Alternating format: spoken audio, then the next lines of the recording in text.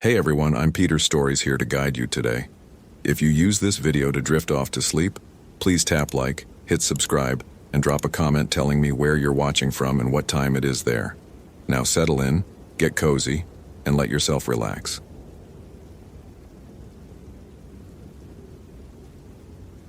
Christopher's rental sedan kicked up pale dust as he navigated the washboard service road into Great Basin National Park, the afternoon sun beating mercilessly against the windshield. September 2009, and the high desert still held summer's heat like a clenched fist. He'd made this drive 17 times over the past 3 years, enough to know every blind curve, every treacherous wash. But today felt different. Today, the silence seemed deeper. His cell phone had lost signal 40 minutes ago, which was normal. What wasn't normal was Amelia missing 3 consecutive check-ins. Christopher Vance prided himself on rationality. At 34, he'd built a respectable career in archaeological geophysics, applying ground-penetrating radar and magnetometry to unlock secrets buried in the earth. Everything had an explanation. Every mystery yielded to proper methodology. Even now, despite the knot tightening in his stomach, he refused to indulge in catastrophic thinking. Amelia was probably fine. Equipment malfunction, dead radio batteries, a perfectly mundane explanation. The research station came into view, a cluster of weather-beaten trailers and equipment sheds huddled against the base of the snake range like supplicants before an altar. Christopher parked beside Amelia's Jeep, noting with clinical detachment that her vehicle sat exactly where she'd left it 4 days ago. Dust coated the windows. No tire tracks suggested recent movement. He killed the engine and sat for a moment in the sudden quiet. The desert pressed in around him, vast and empty. Great Basin was the least visited national park in the continental United States. 13,000 square miles of sagebrush, ancient bristlecone forests, and limestone caverns, most of it roadless wilderness. During the field season, they might see a dozen visitors. Now, in the shoulder season, they were entirely alone. Past tense felt premature. Christopher grabbed his field pack and approached the main research trailer. The door stood ajar, not wide open, just slightly as if someone had stepped out meaning to return momentarily. He pushed it fully open. "Amelia?" The interior was chaos. Papers covered every surface. The small desk, the floor, the narrow bunk. Not scattered randomly, but arranged in deliberate patterns that made his eyes hurt to follow. Photocopies, sketches, photographs, all connected by red string in a web of manic intensity. Amelia's laptop sat open, screen dark. Her coffee mug stood on the desk, half full, a skin of mold floating on the surface. 4 days. She'd been out of contact for 4 days. Christopher's training kicked in, overriding the spike of adrenaline. Document everything. He pulled out his digital camera and began photographing the scene systematically. The papers appeared to be her research notes, but different from anything he'd seen before. Amelia had been cataloging Fremont culture petroglyphs in the park's remote canyons, standard archaeological work. These papers showed something else entirely. Symbols covered page after page. Not the geometric designs of Fremont rock art, but complex sigils that seemed to writhe at the edge of vision. Text in multiple languages, Arabic, Hebrew, Latin, surrounded crude diagrams of circles within circles, triangles, pentagrams. Christopher recognized some of it from his undergraduate anthropology courses. Ceremonial magic, occult geometry, the sort of thing that showed up in medieval grimoires. He picked up one of the photocopies. The header read, Ars Goetia, Seal of Belith. Below it, Amelia had scrawled, Match to LC7 petroglyph cluster, impossible, pre-Columbian. Carbon dating confirms 900, 1100 CE. Christopher's rational mind immediately identified the obvious explanation: convergent symbolism. Humans across cultures developed similar geometric patterns. Circles and triangles were universal, but as he examined more pages, that explanation felt increasingly inadequate. These weren't vague similarities. These were exact matches. Medieval European occult symbols appearing in Native American rock art, 8 centuries before any known European contact. A sticky note on the laptop read, Cave 9, Lexington Canyon. Found it. Going in tomorrow. Don't follow until I call. A. The note was dated 4 days ago. Christopher felt the trailer's walls pressing closer. He stepped outside, gulping the thin desert air. The sun had begun its descent toward the western mountains, painting everything in shades of amber and rust. 4 days. Cave 9 was a 6-hour hike into the backcountry. If Amelia had gotten hurt, if she was lying somewhere with a broken leg, dehydrated, he should call for help. Park rangers, search and rescue. But his phone had no signal, and the nearest ranger station was 3 hours away. By the time he drove out, organized a search party, returned, that could be another full day, maybe more. The rational choice was clear. Yet Christopher found himself staring at the papers still clutched in his hand, at the symbols that seemed to pulse with some terrible significance. He went back inside and powered on Amelia's laptop. No password, typical of her trusting nature. The screen illuminated, revealing her desktop, more of the same symbols, this time in full-color photographs. Rock art photographed in situ, the ancient stone glowing in the flash of her camera. Christopher opened her most recent document, a research journal, entries dated chronologically. He scrolled to the end. September 14th, 2009. I know how this sounds. I know what Christopher would say. Correlation isn't causation, Amelia. You're seeing patterns because you want to see them. But I'm not imagining this. The Lexington Canyon site isn't just unusual, it's impossible. The symbols match exactly, not approximately, exactly, with seals from the Lesser Key of Solomon. Not just 1 or 2, but 17 distinct sigils. The Godic demons, Belith, Paimon, Asmodee, Buer, all arranged in a specific pattern around the cave entrance.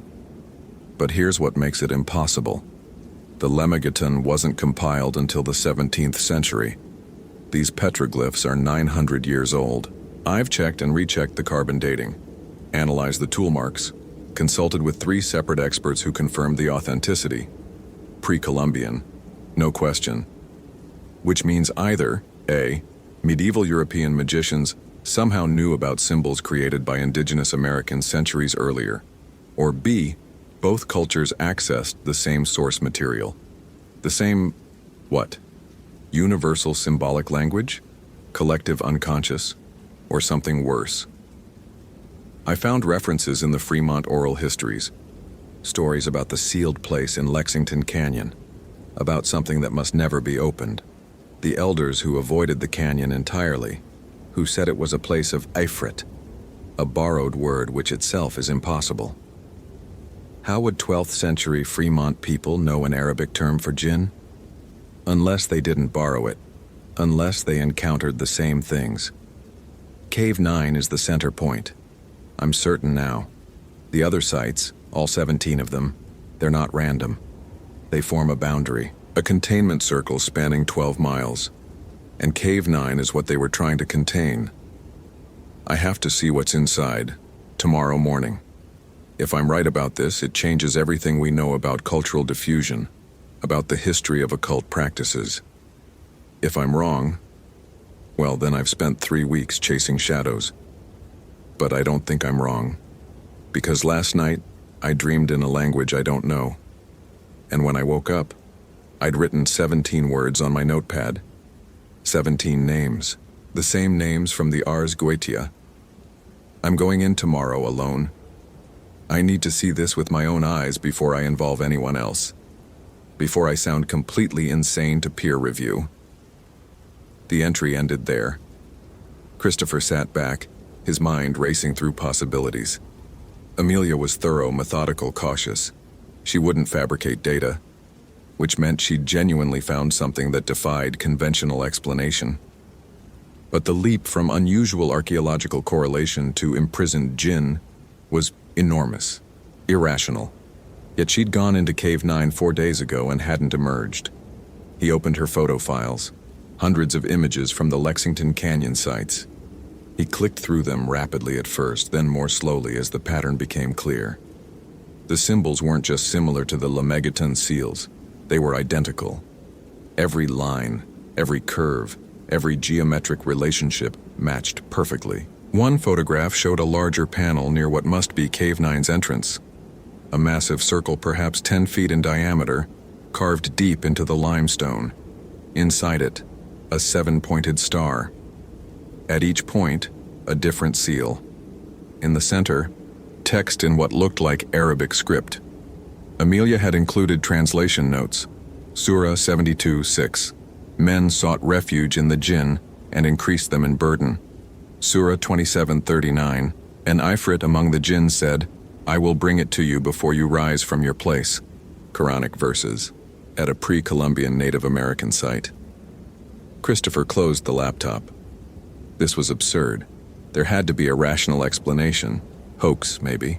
Some elaborate modern forgery that had fooled the carbon dating. Or Amelia had suffered some kind of mental break, started seeing connections that weren't there. Stress did that to people in isolation, but none of that explained where she was now. He loaded supplies into his pack: water, first aid kit, headlamp, GPS unit, radio. He'd hike into Lexington Canyon tonight, reach Cave 9 by dawn, find Amelia, bring her back. Everything else, the symbols, the impossible correlations, could wait for proper analysis under controlled conditions. The sun touched the horizon as Christopher set out, the desert already radiating back the day's accumulated heat. The trail wound through sage and juniper, climbing gradually into the foothills. He knew this route, had hiked it a dozen times during preliminary surveys. 90 minutes to the canyon mouth, then another 4 hours following the wash to the cave site. But as twilight deepened into night, the familiar landscape became strange. The silence was wrong. No insects, no rustle of small mammals.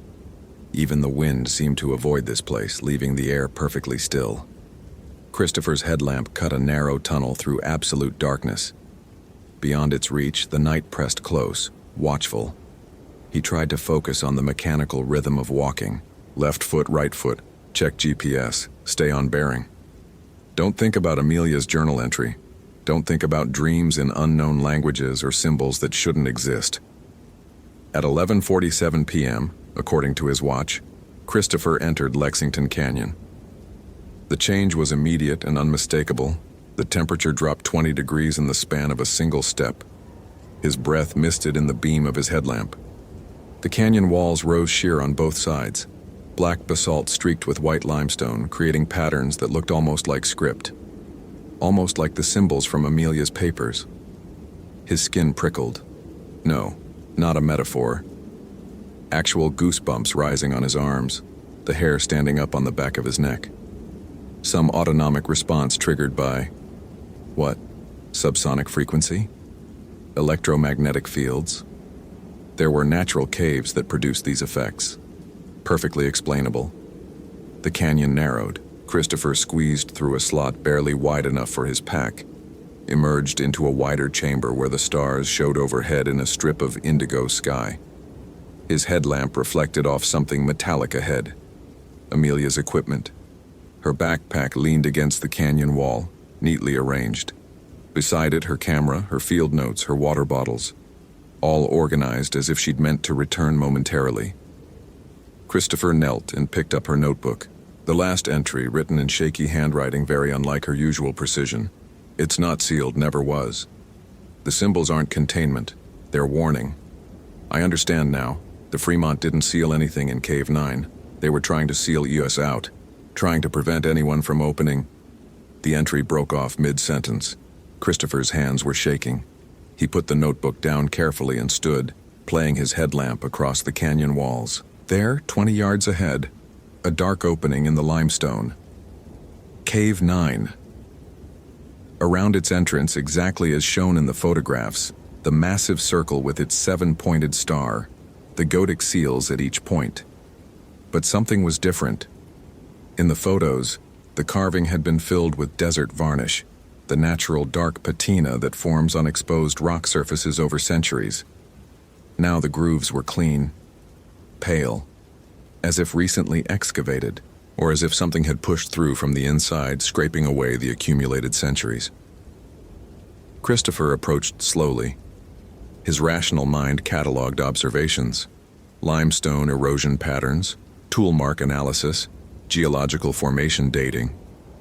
But underneath the professional assessment, something more primitive screamed at him to run, to flee this place and never return. The cave mouth breathed cold air. Not a metaphor, actual air movement, flowing out steadily like exhalation. It carried a smell he couldn't quite identify. Copper and ozone and something else, something organic and wrong. His headlamp couldn't penetrate far into the darkness. The beam seemed to die just a few feet inside, swallowed by shadow that had weight and presence. Christopher pulled out his high-powered flashlight, the one that could illuminate objects 200 yards distant. He clicked it on and aimed into the cave. The beam reached perhaps 10 feet before dissipating into nothing. That wasn't possible. Light didn't work that way. Even accounting for dust or humidity, there was no natural phenomenon that could stop a focused beam so completely. Unless... Christopher's mind struggled with the impossibility. Unless the darkness itself was somehow absorbing the light. Unless what lay beyond that threshold was something other than simple absence of illumination. Amelia? His voice echoed flatly, dying quick in the still air. No response. He had two choices. Turn back now, hike out, get help. That was the rational choice, the safe choice. Or go in alone, follow Amelia into whatever impossibility waited in that lightless space. Christopher thought of her journal entries, her certainty, her excitement at discovering something that transcended conventional understanding. And he thought of her somewhere in that darkness, perhaps hurt, perhaps... He pushed the thought away and stepped through the entrance. The temperature plummeted. His breath came in white clouds. The beam of his flashlight shrank further, now reaching only 5 feet. Behind him, the cave entrance showed as a dim gray rectangle. But as he moved deeper, even that faded. 10 steps. 20. The walls closed in, the ceiling lowered, and then the passage opened into a larger chamber. Christopher swept his dying light across the space and stopped breathing. The walls were covered in writing, not petroglyphs, actual text, carved in careful lines covering every inch of available surface. Multiple languages, multiple scripts. He recognized Latin, Arabic, Hebrew, Sumerian cuneiform, Egyptian hieroglyphs. Languages that shouldn't exist together, separated by thousands of years and thousands of miles. But they all said the same thing. He didn't know how he knew this. He couldn't read Sumerian, couldn't translate hieroglyphs, but the meaning resonated directly in his mind, bypassing language entirely. Bound here, sealed by 72 names. Do not speak, do not read, do not know. In the center of the chamber, a perfect circle had been cut into the stone floor. Not carved, cut, as if with a laser, the edges smooth and precise. Inside the circle, more symbols. The 72 seals of the Ars Goetia, arranged in a specific pattern that made his eyes water to follow. And in the very center, a dark stain. Rust-colored, recent. Blood. Christopher's flashlight flickered and died. Absolute darkness swallowed him. He fumbled for his headlamp, clicked it on. The LED guttered weakly, barely illuminating the ground at his feet. No, not just weak. The darkness was actively suppressing it, pressing against the light like water pressure. Christopher. He spun toward the voice. Amelia stood at the edge of his failing light, but wrong. Her skin was too pale, her eyes too wide, reflecting his headlamp with an oily sheen like a cat's tapetum lucidum. She wore the same clothes from 4 days ago, but they were clean, pristine. No dirt, no wear, no sign she'd spent 4 days in a cave. Amelia? His voice cracked. Jesus Christ, are you okay? You shouldn't have come. Her voice was flat, affectless. You need to leave. Now. While you still can. What happened? What is this place? She smiled, and it was the wrongest thing Christopher had ever seen. Too wide. Too many teeth. This is where we kept them, she said. Before. When we remembered. when we knew the words that bind and the words that seal. But languages change, meanings shift, and bindings weaken. Amelia, you're not making sense. Are you hurt? Did you hit your head? The Fremont knew, she continued as if he hadn't spoken. And before them, the Anasazi, and before them, people with no names and languages now forgotten. Always the same task. Keep the seal intact. Keep the 72 names written. Keep the words alive. Because if the words are forgotten, the binding fails. She moved closer. Christopher's headlamp dimmed further. He could barely see her now, just the gleam of those two bright eyes. I opened it, she whispered. I read the names. I spoke them aloud, not knowing what I was doing, treating them like anthropological curiosities. Dead words. But words aren't dead, Christopher. Words are the oldest magic, the first magic, and some words should never be spoken. You're in shock, Christopher said, forcing firmness into his voice. Come on. We're leaving. Now. He reached for her arm. His hand passed through empty air. Amelia, or what looked like Amelia, stood 3 feet to his left now, though he'd neither seen nor heard her move. I'm not really here, she said sadly. Not anymore. What you're seeing is memory. Echo, the last gasp of who I was before I understood. Before I knew. Before you knew what? That we're the seal, Christopher. Not the symbols. Not the circle. Us. Humanity. Our collective belief that the universe runs on rational principles, that reality is solid and comprehensible. We're the cage that holds them. And every time someone like me, someone like you, sees behind the curtain, the cage weakens.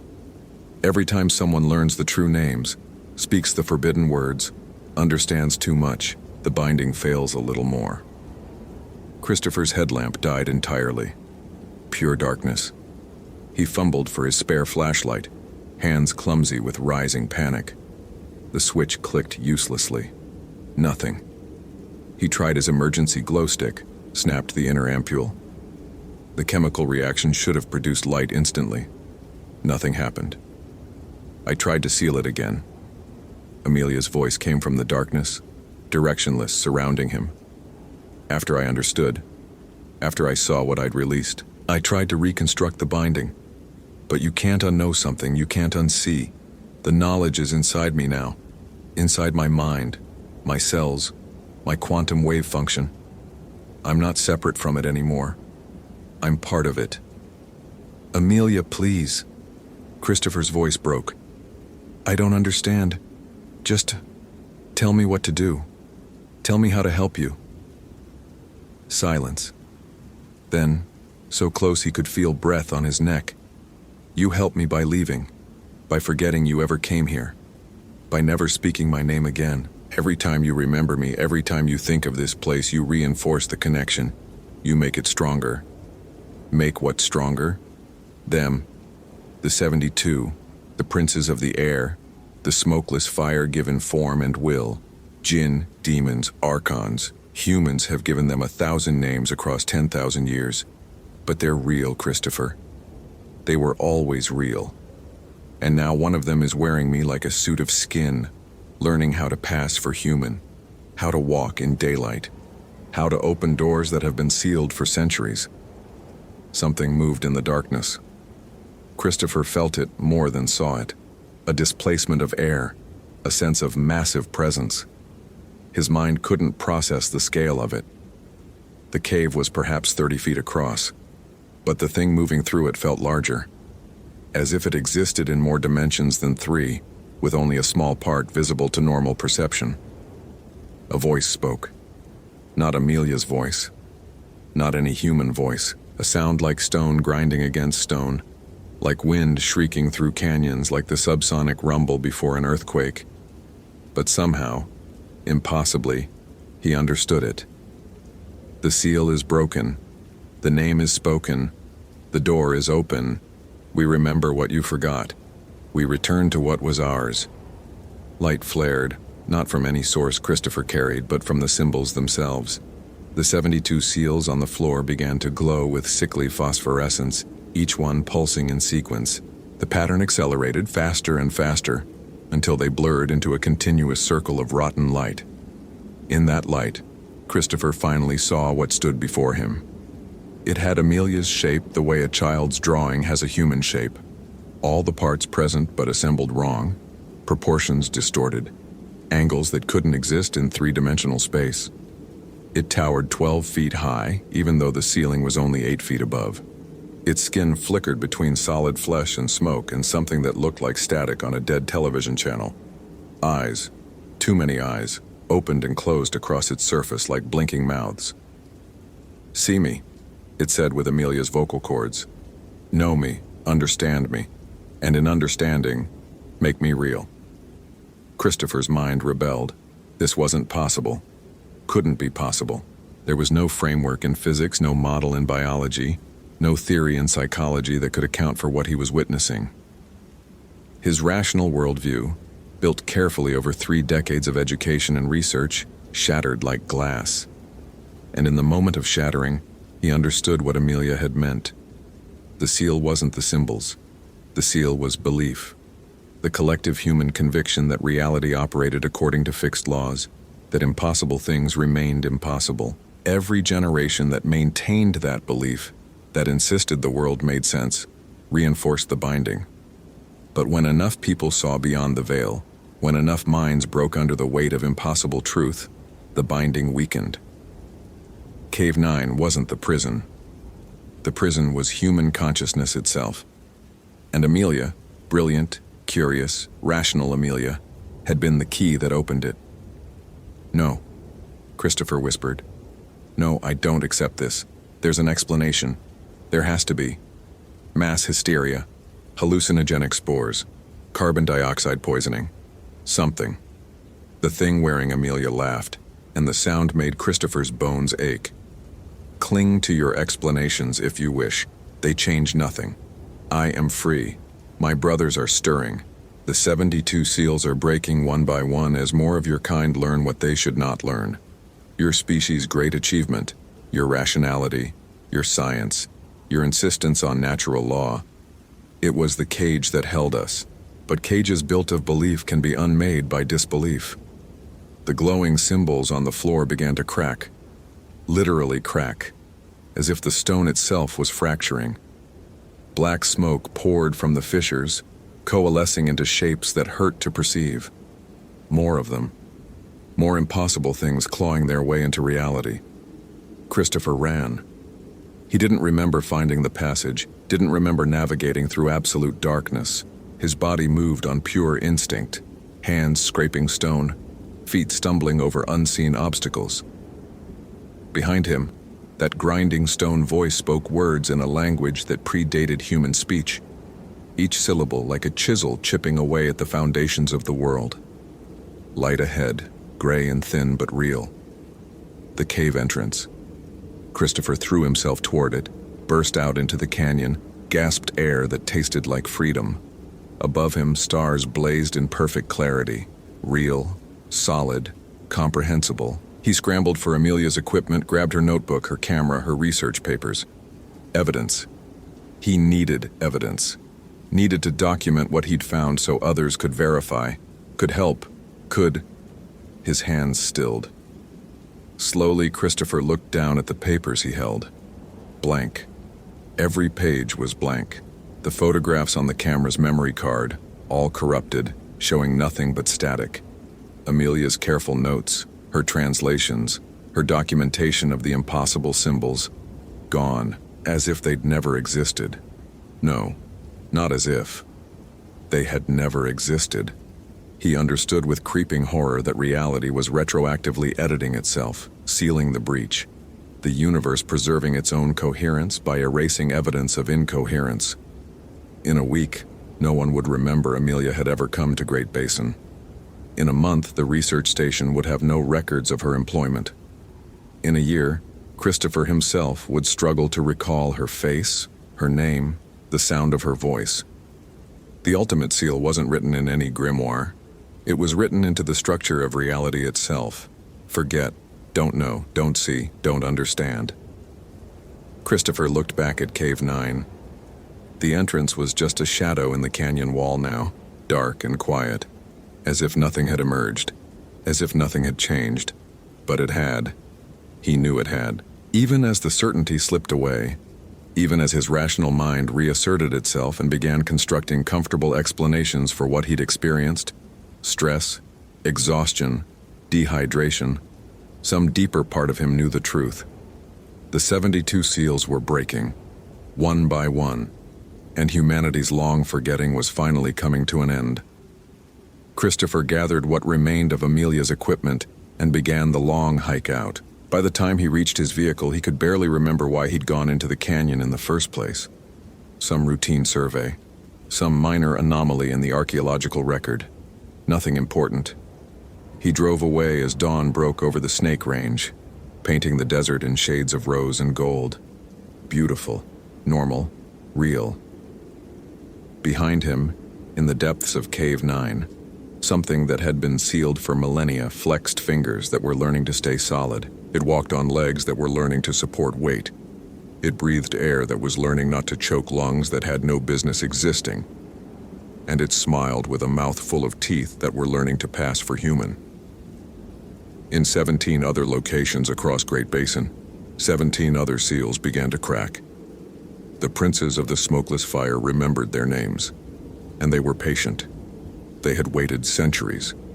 They could wait a little longer, at least until enough humans forgot how to believe in cages.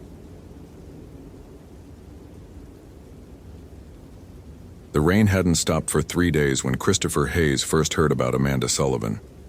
It was the kind of rain that defined the Olympic Peninsula, persistent, cold, and so thick it turned the ancient forest into a gray-green blur that seemed to exist in some liminal space between solid and liquid. Chris had been stationed at the Kinol Ranger Station for exactly 2 weeks, still learning the serpentine network of trails that wound through some of the most remote temperate rainforest in the continental United States, when District Supervisor Karen Whitmore knocked on his cabin door at 5:30 in the morning. "We've got a missing hiker," she said without preamble, water streaming from her yellow raincoat. 26-year-old female, solo backpacker, Amanda Sullivan. She checked in at the visitor center 4 days ago. Said she was taking the Enchanted Valley Trail up to the Pony Bridge area. Should have been out yesterday. Her emergency contact called us last night when she didn't show up for her flight home. Chris pulled on his boots, still unfamiliar with the territory, still feeling like the outsider he was. He'd transferred from Zion National Park in Utah, where the dangers were heat, rockfall, and flash floods. Threats that made sense, that followed rules. Here, everything felt different. The forest was too dense, too alive, too old. Even the air felt heavy with something he couldn't name. "You want me to coordinate the search?" he asked, following Karen to the operations building. "You'll be leading it. I know you're new, but we're short-staffed. Jim's out with his back and everybody else is dealing with that road washout on the south side." She handed him a file folder. "Here's everything we've got. Her permit, emergency contact info, the works. She's an experienced hiker. This was her 3rd trip to Olympic, familiar with the area." Chris studied Amanda Sullivan's permit photo as they walked. She had straight brown hair pulled back in a ponytail, bright eyes, and the kind of confident smile that came from someone comfortable in the wilderness. The kind of person who didn't make stupid mistakes, which meant something had gone seriously wrong. By 7 a.m., Chris had assembled a small search team. 2 volunteer search and rescue members, a young ranger named David Park, who'd been at Olympic for 6 months, and a local man named Joseph Greywolf, who sometimes worked as a trail guide. Joseph was Quinault, maybe 60 years old, with weathered skin and dark eyes that seemed to catalog everything. He'd shown up at the station without being called, said he'd heard about the missing woman and wanted to help. "The Enchanted Valley Trail," Joseph said as they loaded gear into the trucks. His voice was quiet but carried an odd weight. "That's a bad area right now." "Bad how?" Chris asked. Joseph looked at the wall of forest beyond the parking lot, his expression unreadable. "Just bad. Things are unsettled up there." David Park laughed nervously. "Come on, Joseph. Don't start with the ghost stories. Not ghosts, Joseph said flatly. Something older. The comment hung in the humid air like the mist that clung to the treetops. Chris felt a prickle of unease but pushed it aside. He was a professional, trained in search and rescue protocols, not superstition. People got lost in the wilderness for mundane reasons: injury, disorientation, equipment failure. There was always a logical explanation. The drive to the Graves Creek trailhead took 40 minutes on winding forest roads. The rain had eased to a drizzle, but the forest was saturated, every leaf and branch dripping.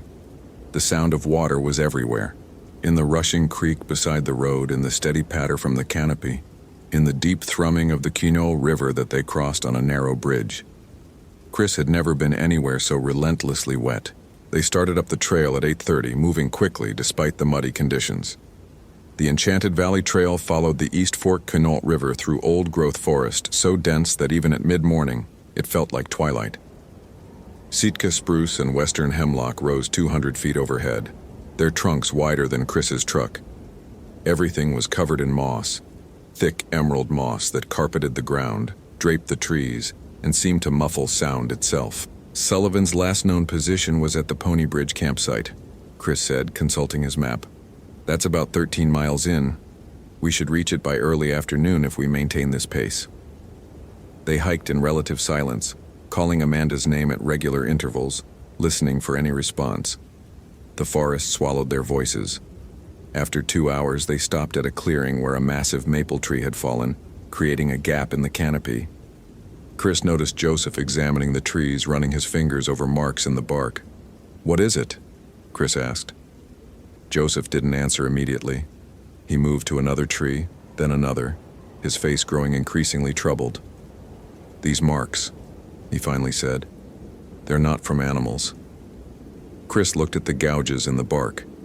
They were deep, parallel lines, as if something had clawed at the wood. "Could be a bear," one of the SAR volunteers suggested. "No," Joseph said with certainty. "Look at the spacing, and they're too high, 10, 12 feet up." He turned to face the group, and Chris saw something he didn't expect in the older man's eyes. Fear. "We shouldn't be here, especially not after dark." "We're not turning back," Chris said more harshly than he intended. "There's a woman out here who needs help." "That may be," Joseph said quietly, "but there are things in this forest older than the trees. The old people knew to avoid certain places, especially during the dark months. There are stories about—" "I need facts, not folklore," Chris interrupted. He immediately regretted his tone, but anxiety was making him sharp. He was the outsider here, the new guy, and he couldn't afford to look weak or indecisive. "Let's keep moving." They continued up the trail, but the atmosphere had shifted. Even David Park, who'd seemed dismissive of Joseph's warnings, had grown quiet. The forest pressed in around them, and Chris found himself noticing details that unsettled him. The way the moss seemed to grow in strange patterns, forming shapes that almost looked like symbols. The absence of bird calls, despite the forest being supposedly rich with wildlife. The odd quality of the light that filtered through the canopy, giving everything a sickly green tinge. It was past noon when they found the first sign of Amanda Sullivan. Her blue bandana was tied to a tree branch at shoulder height, a trail marker deliberately placed. Chris felt a surge of hope. She was leaving signs, which meant she was conscious and trying to communicate. "This is good," he said to the team. "She's trying to make herself easy to find. Let's follow her markers." But as they moved forward, following more bandanas and strips of cloth tied to branches, Chris began to feel that something was wrong. The markers led them off the main trail into an area where the forest grew denser, darker. The trees here were ancient, their trunks twisted into tortured shapes, their branches interweaving overhead to create a canopy so thick that no rain penetrated. Everything was dry here, covered not in green moss but in strange gray lichen that hung from the branches like tattered cloth. "This doesn't make sense," David said, voicing what Chris was thinking. "Why would she leave the trail? The Pony Bridge campsite is straight ahead." Joseph had stopped moving entirely. He stood at the edge of the darker forest, staring at something on the ground. When Chris joined him, he saw what had caught the older man's attention: a circle of stones arranged in a deliberate pattern, with what looked like bones at the center. Small bones, possibly from birds or rodents, arranged in a shape Chris couldn't quite comprehend. Around the circle, symbols had been scratched into the earth. Tsemekwes, Joseph whispered. The word was in a language Chris didn't understand, but the tone was unmistakable, pure dread. What does that mean? Joseph's hands were shaking. It's a spirit from the old stories, a cannibal spirit. When a person becomes lost in the forest, becomes consumed by hunger, sometimes they transform. They become Tsemekwes, neither human nor animal, but something else. Something that hunts. He pointed at the bones. This is a feeding site. Someone has been performing the old rituals, the forbidden ones. That's enough, Chris said, but his voice lacked conviction. The rational part of his mind said this was nonsense, some kind of setup, maybe a prank by local kids.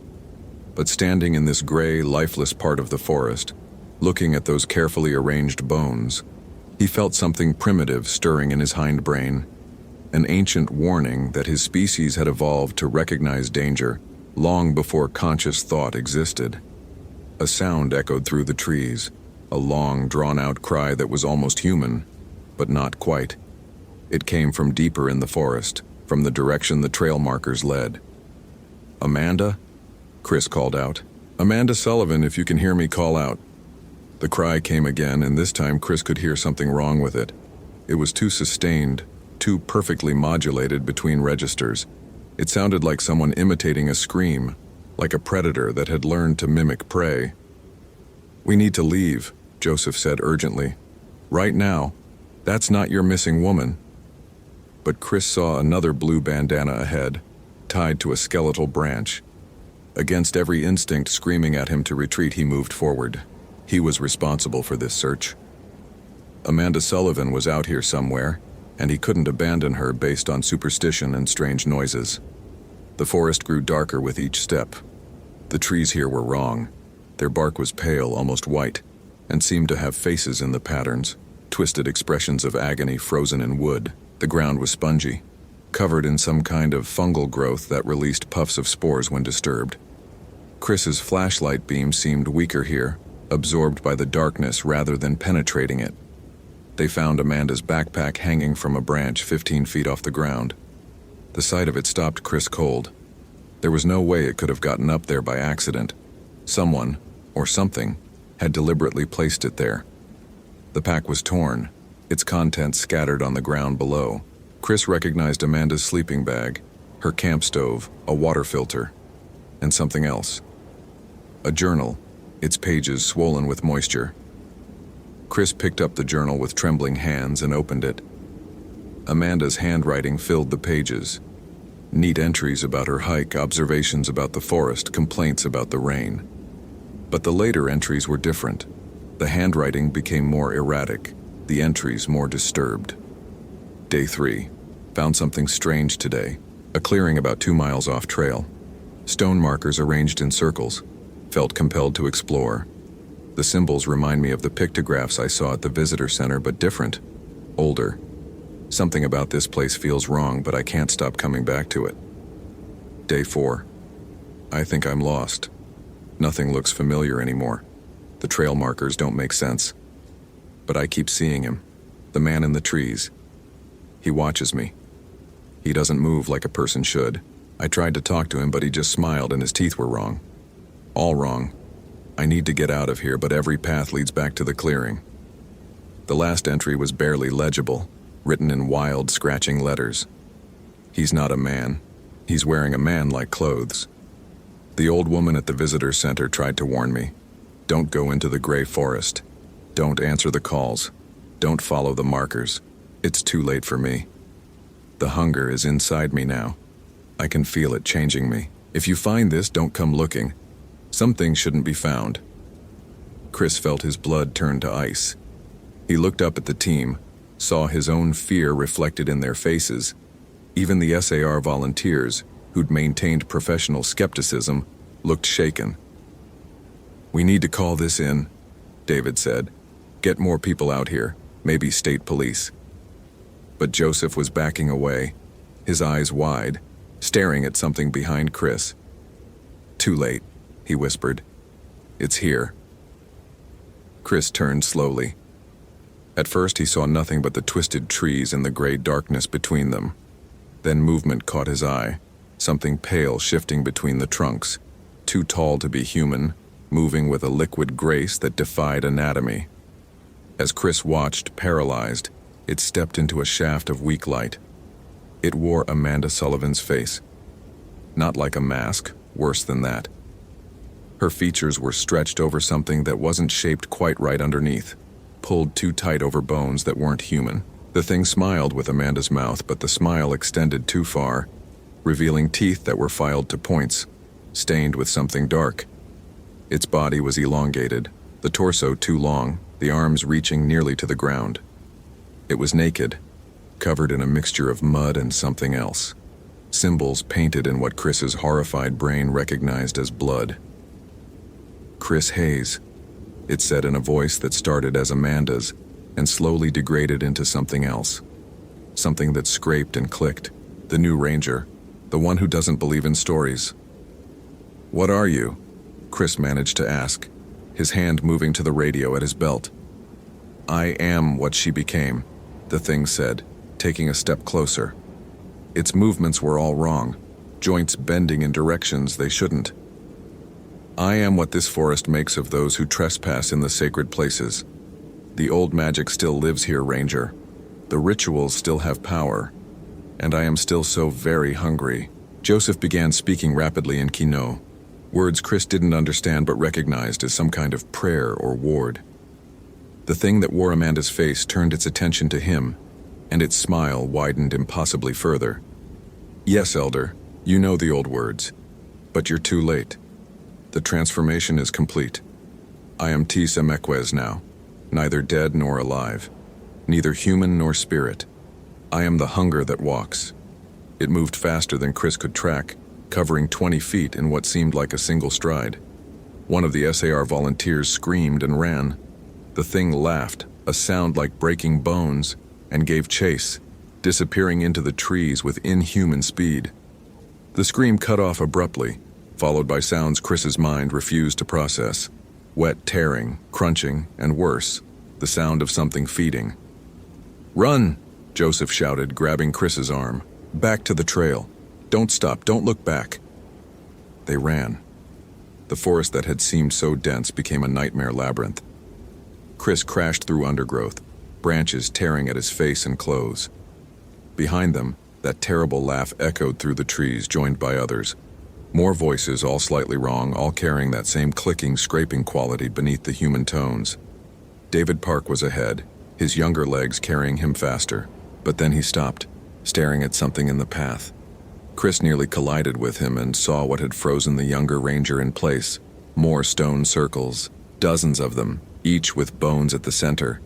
And standing among them, watching with empty eyes, were figures. Human-shaped but wrong, wearing faces that didn't fit, smiling with too many teeth. "The forest claims many," Joseph gasped, still running. "Those who violate the sacred places, those who ignore the warnings. They don't die, they transform. They become part of what hunts here." They veered off the path, plunging deeper into the nightmare forest.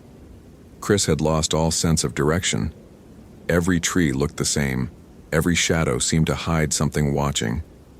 His radio squawked, Karen's voice distant and distorted. "Chris, report. Chris, what's your status?" But when he tried to respond, only static came through, filled with whispers that might have been voices or might have been his imagination fracturing under stress. They burst into a clearing, and Chris's heart sank. He recognized it, the same clearing from Amanda's journal, the one she'd described. Stone markers formed concentric circles around a central pit, and the ground was covered in ash and bones. Symbols were carved into every available surface, ancient pictographs mixed with fresher markings. At the clearing's center stood a figure. It was an old woman, or something that appeared to be one. She wore traditional Kino clothing, but her eyes were completely black, reflecting no light. When she spoke, Her voice seemed to come from everywhere at once. "You have entered the feeding ground," she said. "The place where the boundary thins between the worlds of flesh and spirit. Here the old ways still hold power. Here we perform the rituals that keep the balance." "Who are you?" Chris demanded, his service weapon drawn, though he had no idea if bullets would help against what he'd seen. "I am what remains of Sarah Hawthorne," the old woman said. "I came to this forest in 1963, seeking the old wisdom. I found it, and I became its guardian, its priest, its willing sacrifice. The spirits require offerings, Ranger. They require those who enter the sacred places uninvited. Amanda Sullivan trespassed. She ignored the warnings. She became what she needed to become, sustenance for what dwells here." "You did this to her," Chris said, horror mixing with rage. "You performed some kind of ritual." "I performed the necessary rites," Sarah Hawthorne agreed. "As I have done for 60 years, as others did before me for centuries. The Tsimekwe's hunger must be fed, or it spreads beyond the sacred boundaries. Would you prefer it hunt in your towns, feed on your children? We contain it here, Ranger. We give it what it needs." From the trees surrounding the clearing, more figures emerged. Chris counted 7, then 10, then lost track. Some were recent transformations, still wearing hiking clothes, still recognizable as human. Others were older, their bodies stretched and twisted by years of change, barely humanoid anymore. All wore expressions of hunger so intense it seemed to radiate from them like heat. "You don't have to do this," Joseph said, still speaking Kino, his voice carrying a desperate authority. "Elder, you've lost yourself to the darkness. The old ways were not this. The spirits do not demand this corruption." "The old ways were forgotten," Sarah Hawthorne replied. "I remembered them. I restored them. And I will continue to feed the hunger until the forest itself reclaims me." The creatures began to close in. Chris fired his weapon at the nearest one, the thing that had been Amanda. The bullet struck its shoulder, punching through with a wet sound, but it didn't slow down. It didn't even seem to register pain. It just kept smiling with those terrible teeth, kept moving with that impossible grace. David Park bolted, trying to escape through a gap in the circle. He made it 3 steps before something, one of the older transformations, barely recognizable as having once been human, dropped from the canopy above and took him down. His screams were brief. Chris felt his sanity slipping. This couldn't be real. This violated everything he understood about the world. But the evidence was overwhelming, undeniable. The supernatural existed. The old stories were true. And he was about to become part of them. Joseph began chanting, words in a language Chris didn't know but felt in his bones. The old man pulled something from his pocket, a small bundle of herbs and feathers, and threw it into the air. It burst into flames without any apparent ignition source, releasing a sharp, acrid smoke. The creatures recoiled, hissing. "Run!" Joseph shouted. "The warding won't hold long, but it will give you time. Get to the river. They won't cross running water. Go!" Chris ran. Behind him, he heard Joseph's chanting rise in volume, then cut off abruptly with a wet gurgle. He didn't look back. He crashed through the forest, lungs burning, legs screaming, following the distant sound of water. The creatures pursued, their calls echoing through the trees. Voices that had once been human, now transformed into something that hunted what they used to be. He reached the East Fork Quinault River as darkness fell. The water was high from days of rain, moving fast and cold. Chris didn't hesitate. He plunged in, the shock of the icy water stealing his breath. The current grabbed him immediately, pulling him downstream. He fought to keep his head above water, to avoid rocks that could shatter his skull, to survive. Behind him, on the riverbank, he could see them gathering, a dozen figures or more, watching with eyes that reflected red in the dying light. They didn't enter the water. They just watched, and waited, and smiled. The river carried Chris 2 miles downstream before he managed to drag himself onto the opposite bank, hypothermic and bleeding from a dozen cuts. He activated his emergency beacon and waited for rescue, never taking his eyes off the forest across the river, where shapes moved in the darkness and voices called his name with tones that weren't quite right. The official report stated that Amanda Sullivan, David Park, and 2 SAR volunteers were lost in a sudden flash flood while attempting a wilderness rescue. Their bodies were never recovered. Joseph Gray Wolf was listed as having died from a heart attack during the search effort. The incident led to the temporary closure of the Enchanted Valley Trail and surrounding areas. Chris Hayes requested an immediate transfer, which was granted. He left Olympic National Park 3 days after being rescued from the river. He never returned to Washington State. But sometimes late at night, he still hears them calling. Voices that sound almost human, speaking his name with that familiar clicking, scraping undertone. And he knows with absolute certainty that they're still waiting, still hungry, still performing the old rituals in the gray forest, where the boundaries between worlds grow thin. The Olympic Peninsula has over 3,600 square miles of wilderness. Much of it is unexplored, unmapped. The old-growth forests have stood for thousands of years, and the indigenous peoples who lived there first had stories about places that should never be disturbed, about hungers that can never be satisfied, about transformations that cannot be reversed. Some trails remain closed to this day. Official reasons vary: environmental protection, dangerous conditions, budget constraints. But the locals know better. They know which places to avoid, which warnings to heed. And when hikers go missing in those areas, and they do every few years, the search parties never look too hard. They know what's out there. They know what waits in the sacred places. They know that some stories aren't folklore at all. Some stories are warnings we've forgotten how to read. If you appreciate genuine horror, follow for more tales that will haunt your nights. Which moment scared you most? Share your thoughts below.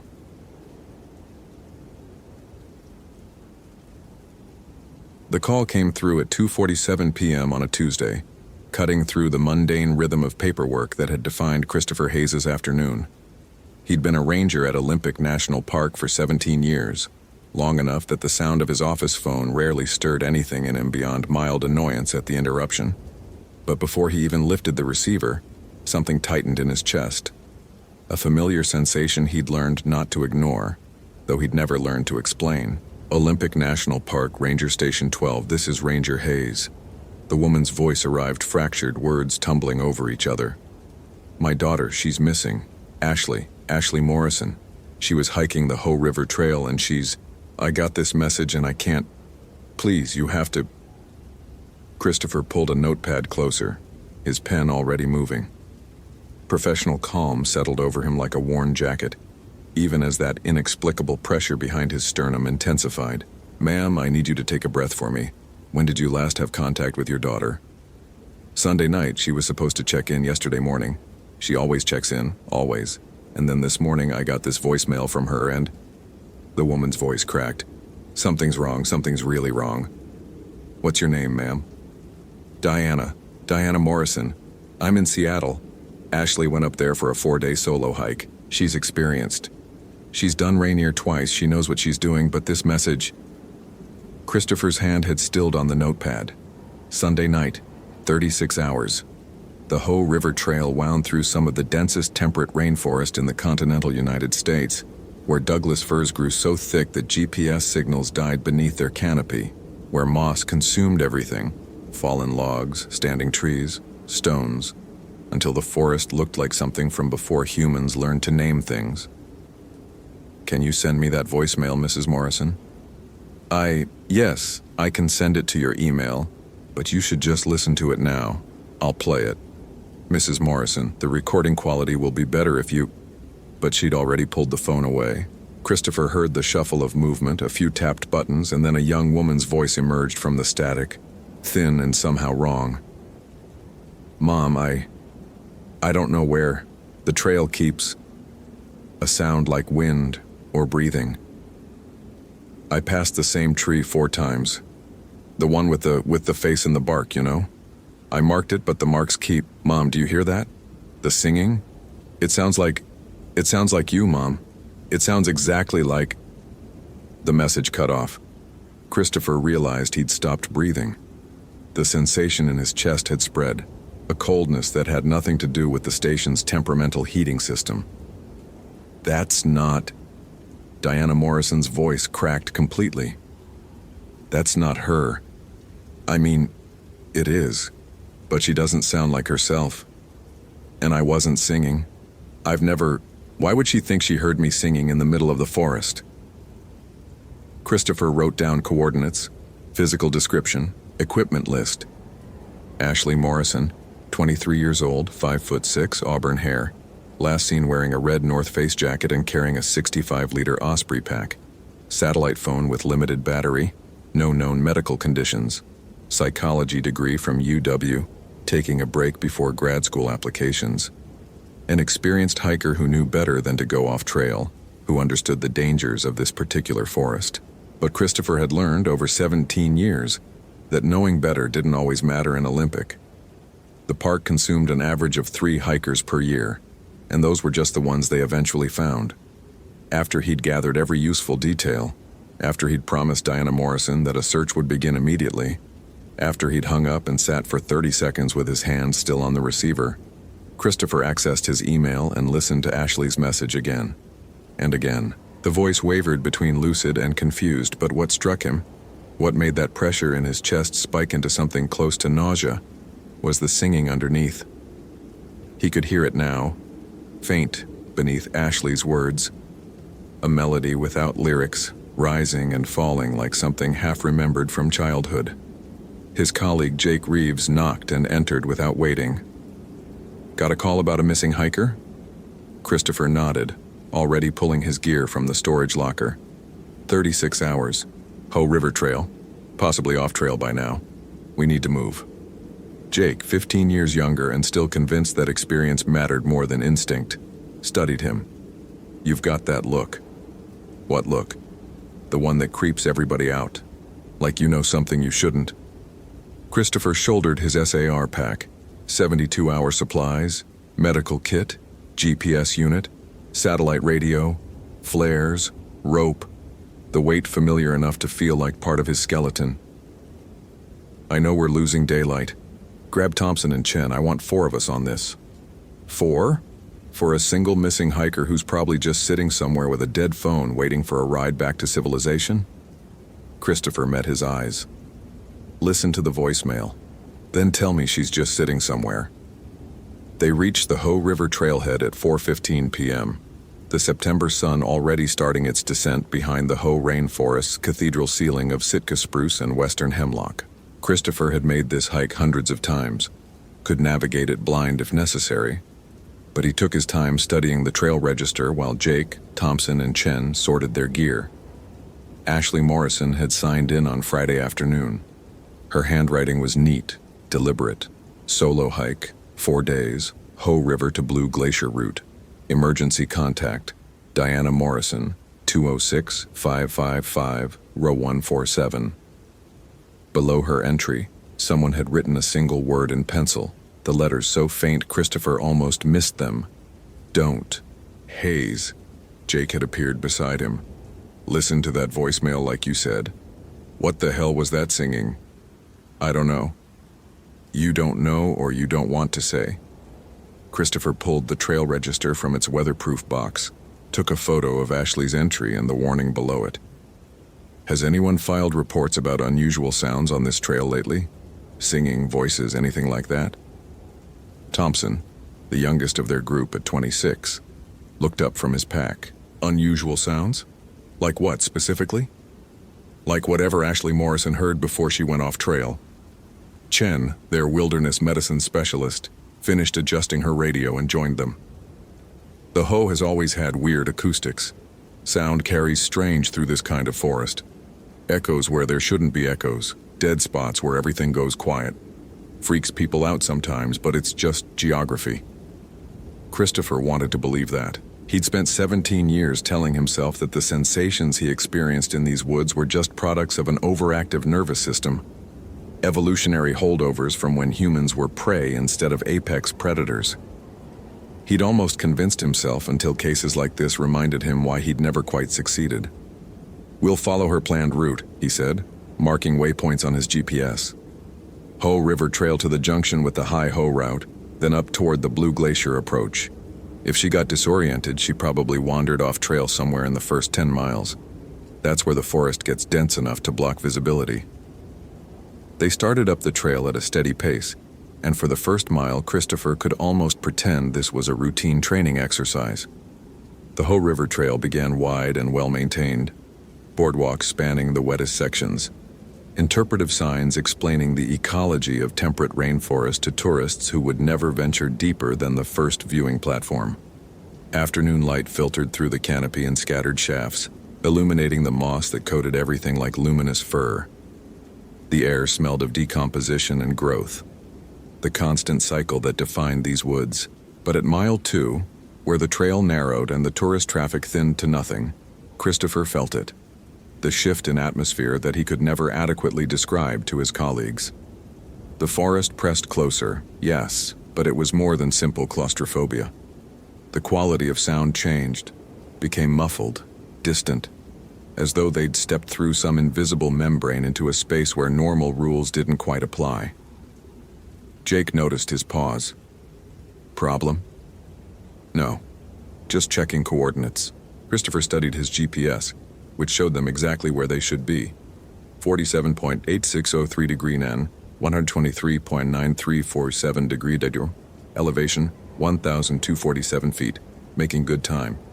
Everything normal, everything fine, except that pressure in his chest had become a presence, something watchful sliding along his peripheral vision. At mile 3, they found the first marker. Thompson spotted it, a strip of red fabric tied to a low branch 15 feet off the main trail. The color matched Ashley's jacket description, North Face crimson red, distinctive in the green and brown palette of the forest. Christopher approached carefully, taking photos before touching anything. The fabric had been torn, not cut, and small threads hung loose where it had caught on bark. She went off trail here, Chen said, studying the underbrush.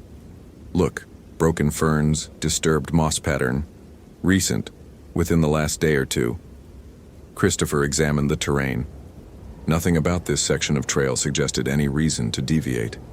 No vista point, no interesting geological features, no shortcuts to anywhere useful. Just dense forest that got thicker the further from the maintained trail you ventured. Why would she leave the path here? Jake wondered aloud. Christopher crouched, running his fingers over the moss where Ashley had apparently stepped. The damage was minimal.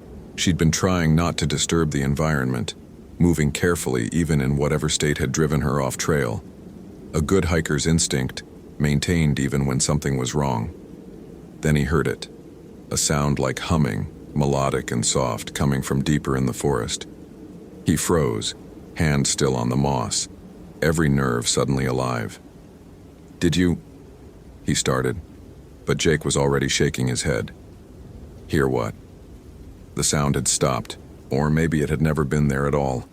Just another trick of the forest's strange acoustics, or his own mind filling in patterns where none existed. We follow her route, Christopher said, standing. Stay close. Check your radios every 10 minutes. They pushed into the underbrush, following the subtle trail of disturbed vegetation that Ashley had left. The canopy thickened overhead, blocking what remained of the afternoon sun. Christopher marked their path with reflective tape every 50 yards, though something in him whispered that tape wouldn't matter if they really needed to find their way back. 20 minutes off trail, they found the second marker, Ashley's GPS unit, crushed against a Douglas fir root as though she'd smashed it deliberately. That's not good, Thompson said quietly. Christopher picked up the broken device, noting the spiderweb cracks across its screen, the battery compartment forced open and empty. Ashley Morrison had a psychology degree. She knew the dangers of destroying your navigation equipment in the wilderness. She knew better, unless she'd had a reason, unless something had convinced her that the GPS was wrong or lying or... The trail keeps. I passed the same tree 4 times. Hayes, Chen had moved ahead, was crouching beside something Christopher couldn't quite see. You need to look at this. He joined her. She'd found a tree, a massive Sitka spruce that had to be 300 years old, with an unusual pattern in its bark. The wood had grown around an old wound, creating a formation that looked, from a certain angle, remarkably like a human face. Hollow eyes, a mouth open in surprise or terror. Carved into the bark below the face, fresh and deep. "Not real, not real, not real," repeated in increasingly frantic letters. "She was here," Jake said. "This is the tree from her voicemail, the one with the face." Christopher studied the carvings, the way Ashley's knife had dug deeper with each repetition. The final letters gouged so hard they'd nearly penetrated to the heartwood. He pulled out his phone, checked the recording again, listened to that part. "I passed the same tree 4 times, the one with the face in the bark. But if she'd passed it 4 times, where were the other carvings? Where were the other markers?" He walked a slow circle around the tree, examining every angle. Nothing. Just the one set of frantic words, carved by someone who was beginning to doubt their own perception. "We need to establish a search perimeter," he said, though his voice sounded strange in his own ears, too loud, too flat, swallowed immediately by the dense forest. "She's disoriented, possibly experiencing acute psychological distress. Chen, check for signs of medical emergency. Jake, Thompson, sweep pattern starting from this position." They worked methodically for the next 90 minutes, expanding their search radius while daylight faded into the peculiar twilight of old-growth forest. Christopher radioed their position back to base every 15 minutes, reciting coordinates that his GPS insisted were correct, even though the numbers felt wrong in ways he couldn't articulate. At 6:47 p.m., as darkness began to assert its dominance, they found Ashley's backpack. It sat upright against a fallen log, positioned too carefully to be abandoned. The Osprey pack looked almost staged, straps neatly arranged, main compartment unzipped just enough to show the contents.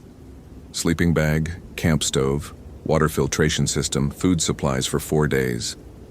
Everything she'd need to survive, left behind like an offering. "She wouldn't leave this," Chen said.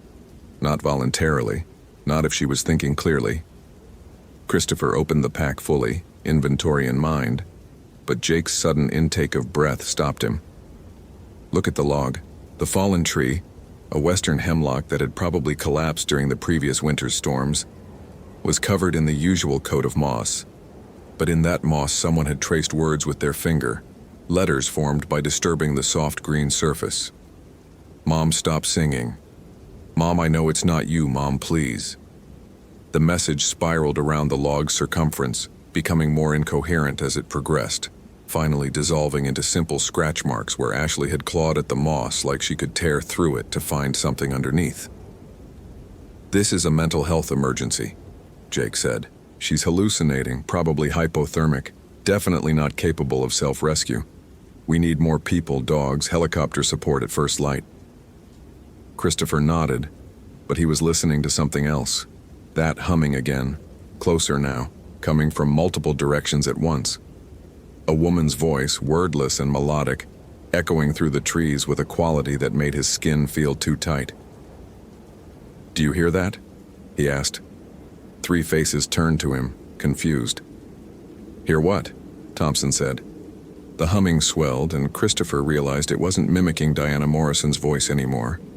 It was mimicking his own mother's voice, her pitch and cadence, the specific way she'd sung him to sleep when he was 5 years old and afraid of the dark in their cabin in these same woods. His mother had been dead for 12 years. If this story is gripping your attention, follow for more quality content. What would you do in Christopher's situation? Share your thoughts below. "We make camp here," Christopher heard himself say, though the decision felt like it came from someone else. "Set up a base, establish radio contact, resume search at first light with proper support." It was the rational call, the safe call, the call that any experienced ranger would make as darkness settled over Olympic National Park's most treacherous terrain. But that humming persisted, and now Christopher could hear words forming within it. Not his mother's voice anymore, but Ashley's voice, the same young woman from the voicemail calling his name. Christopher. Christopher Hayes. "I know you can hear me. Why won't you answer?"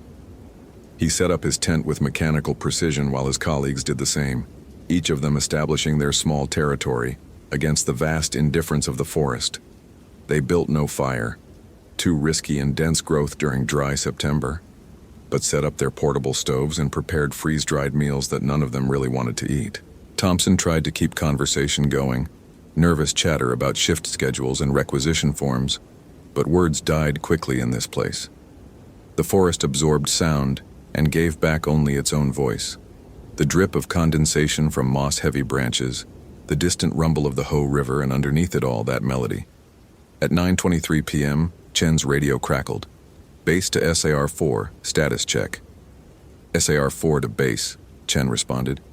4 personnel, establishing camp at coordinates 47.8721 1 degree N, 123.9523 degree Av. 0 contact with missing person. Will resume at 0600 hours with expanded search parameters. Copy that, SR4. Weather update. Fog bank moving in from the coast. Expect limited visibility by midnight. Temperature dropping to 38 degrees. Satellite shows possible precipitation after 300. Christopher lay in his tent, GPS unit glowing beside him, tracking their position with obsessive frequency. The coordinates didn't change. 47.8721 degree N, 123, 9523 degree W, elevation 1,634 feet.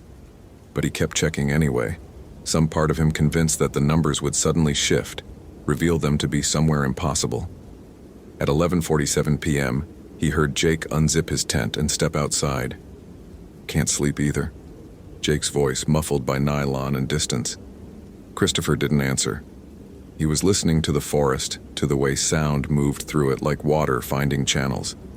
That humming had stopped, but something else had replaced it. Whispers, dozens of them, overlapping in conversation too quiet to understand but somehow urgent, insistent. He checked his GPS again.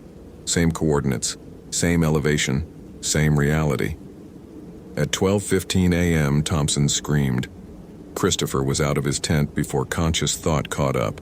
Headlamp beam cutting through fog that had arrived exactly when the weather report promised.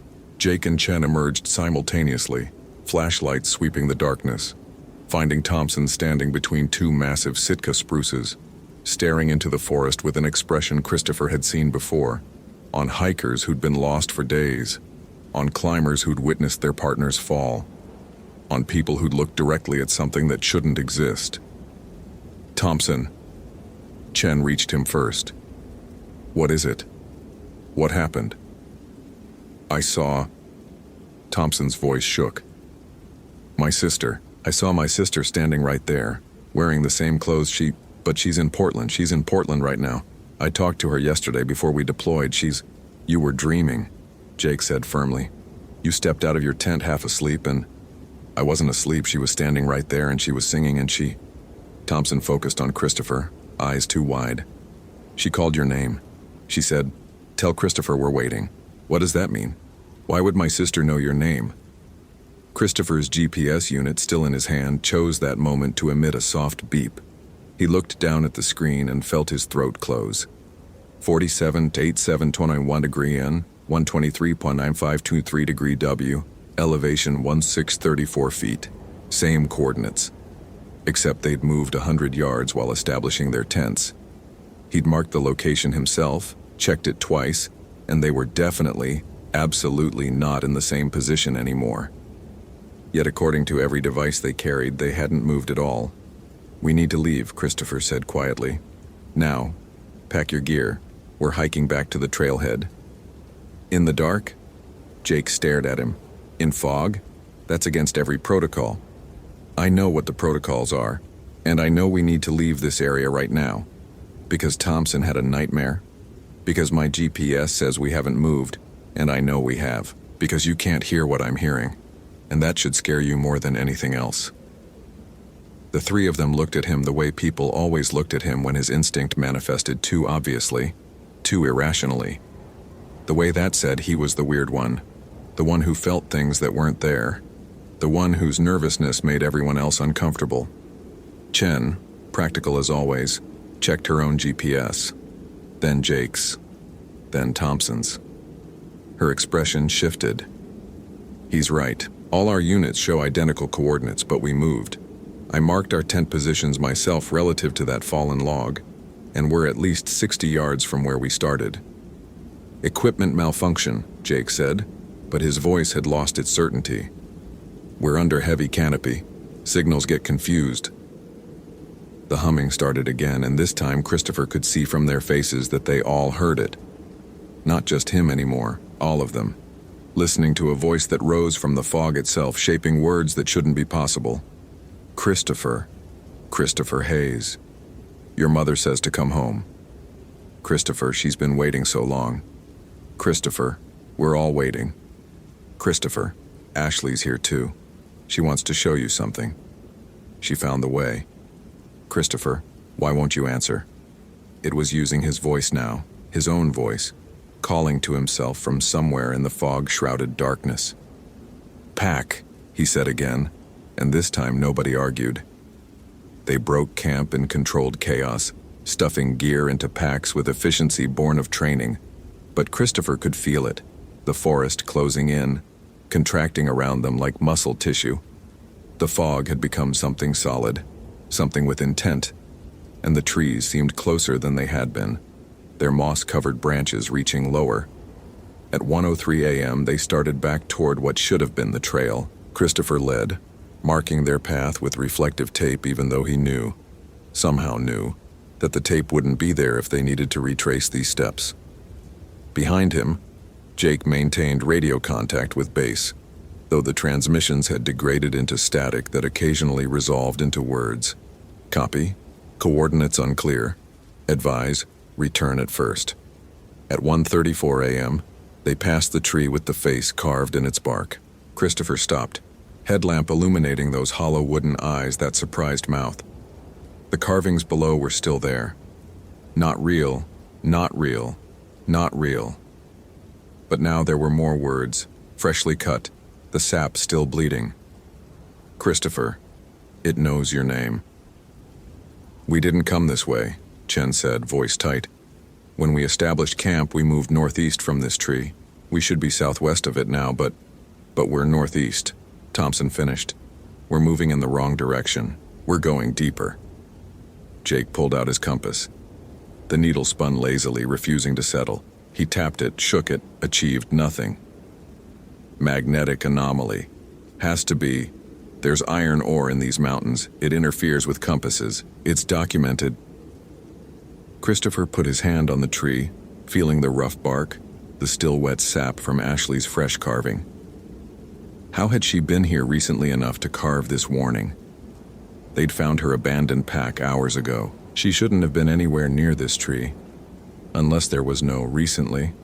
Unless time worked differently here, in this space between coordinates that didn't change even as they moved through terrain that should have shifted. Unless... Christopher. The voice came from directly behind him. His own voice, patient and calm, the tone he used when talking down panicked hikers.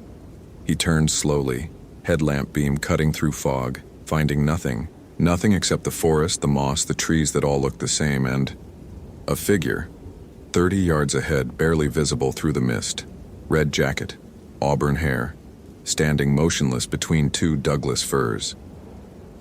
"Ashley Morrison?" Christopher called, voice professional despite the hammering in his chest. "Ashley, I'm Ranger Christopher Hayes. Your mother sent us to find you. Are you injured?"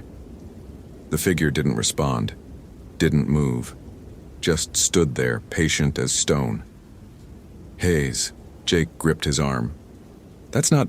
Look at her, really look." Christopher focused his headlamp, fighting the fog and distance. The figure wore Ashley's jacket, yes. Had Ashley's hair color, yes. But the proportions were wrong. Arms too long, neck extended just slightly beyond human anatomy, and when the figure turned its head, the movement was too smooth, too fluid, like something that had studied human motion, but never quite mastered it. "Ashley?" The figure called back, and it was Ashley's voice from the voicemail, confused and frightened. "Is someone there? Mom? Mom, is that you singing?" "Don't answer it," Chen whispered. "Don't engage with it." But Christopher had 17 years of training screaming at him to respond, to establish contact with a missing person, to begin medical assessment and coordinate rescue. Every protocol demanded he approach, identify, evaluate. I know it's not her, he said quietly, but we need to find the real Ashley Morrison, and whatever that thing is, it knows where she is. Or it is her, Thompson said. What if that's what happens? What if the forest takes you and turns you into something else, and you're still in there somewhere, still calling for help, but... The figure that wasn't quite Ashley took a step toward them, then another, moving with that same unnatural fluidity, feet not quite making contact with the ground in the way they should. Christopher raised his hand, voice firm. Stop, don't come closer, we're here to help Ashley Morrison. If you know where she is, tell us. If you are her, tell us what you need. The figure stopped, tilted its head again, studying them. When it spoke, the voice cycled through every person Christopher had ever loved. His mother, his dead father, his sister in California, his ex-wife who'd left him because she couldn't handle his weirdness, and finally settling back on Ashley's frightened tone. I tried to leave markers. I tried to warn you. But you came anyway, and now it knows you too. It knows all of you.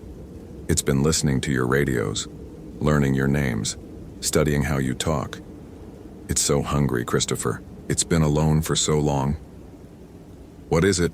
Christopher asked, though part of him already knew, had always known, had spent 17 years feeling its presence in these woods. What's been alone? I don't know what it was before, but now it's us. Everyone who got lost and couldn't find their way back. It takes our voices, our faces, our memories. It uses them to call to others. It fed on me for 2 days before I understood. Now I'm part of it. Soon you will be too. The figure smiled, Ashley's face arranging itself into an expression of such profound wrongness that Thompson made a sound like a wounded animal. Run, Christopher said. They ran. The forest had been disorienting before. Now it became genuinely hostile. Branches that shouldn't exist at face height whipped past. Roots seemed to rise deliberately to catch their feet. The fog thickened into something almost tangible, and Christopher could hear voices in it, dozens, hundreds, all the people who'd vanished in Olympic over the years, all calling his name, Jake's name, Chen's name, Thompson's name. His GPS unit, bouncing in his pocket, continued to insist they occupied the same coordinates. 47.8721 degree, 123.9523 degree, elevation 1,634 feet. A fixed point in space that the universe had decided they could never leave. At 2:16 a.m. Chen went down, ankle twisting on moss-slick stone. Christopher and Jake pulled her up, supporting her weight between them, while Thompson took point with his flashlight. They moved slower now, Chen gasping with each step, Jake's breathing ragged, all of them running on adrenaline and terror. At 2:31 a.m. they found the trail, the actual Ho River Trail, well-maintained and obvious, appearing out of the fog like salvation. They stumbled onto it, and Christopher felt the pressure in his chest ease fractionally. They'd found their way back. They were oriented again, they could. Thompson made a choking sound. The trail stretched in both directions, familiar and safe. But carved into the boardwalk's wooden planks, repeated every few feet in letters that glowed faintly in their headlamp beams, Christopher, Christopher, Christopher, Christopher. My name, Thompson said shakily. On the other side, they turned. The same carvings, but different. Matthew, Matthew, Matthew, Matthew. Jake's flashlight found more. Jake, Jake. Jake, Jake, and Chen's name, and Ashley's name, and names Christopher didn't recognize. Dozens of them, carved deep into wood that should have been installed just last summer during routine maintenance. Names arranged in spirals and patterns, some fresh, some weathered almost to invisibility. This isn't the trail, Christopher said. This is what it wants us to think is the trail. Then where's the real trail? Jake demanded. Where the hell are we actually? A laugh echoed through the fog, not cruel, but genuinely amused, the way you'd laugh at a child's innocent question. The voice was Christopher's own again, but layered with others. A chorus of everyone who'd been consumed. There is no real trail anymore, Christopher. There's only here. There's only us. We're the forest now. We're the moss and the trees and the fog. We're everywhere you've ever walked in these woods. Did you think you understood this place? Did you think 17 years made you safe? What do you want? Christopher shouted into the darkness. If you're Ashley, if you're anyone, what do you want from us? Silence. The fog pressed closer. Then, quietly, Ashley's actual voice, not imitated but real, breaking through the chorus. I just wanted someone to find me. I was so scared and so alone, and I kept calling for help, and it answered. It was so gentle at first, Christopher. It sang to me. It sounded like everyone I loved. It showed me things I'd forgotten. It made the fear go away. Where are you? He asked. The real you. Where's your body, Ashley? I don't remember having a body. I remember being cold and then warm. I remember the moss was so soft.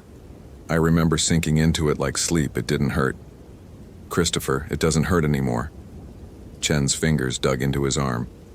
Hayes, my GPS just updated. Look at the coordinates. He pulled out his unit.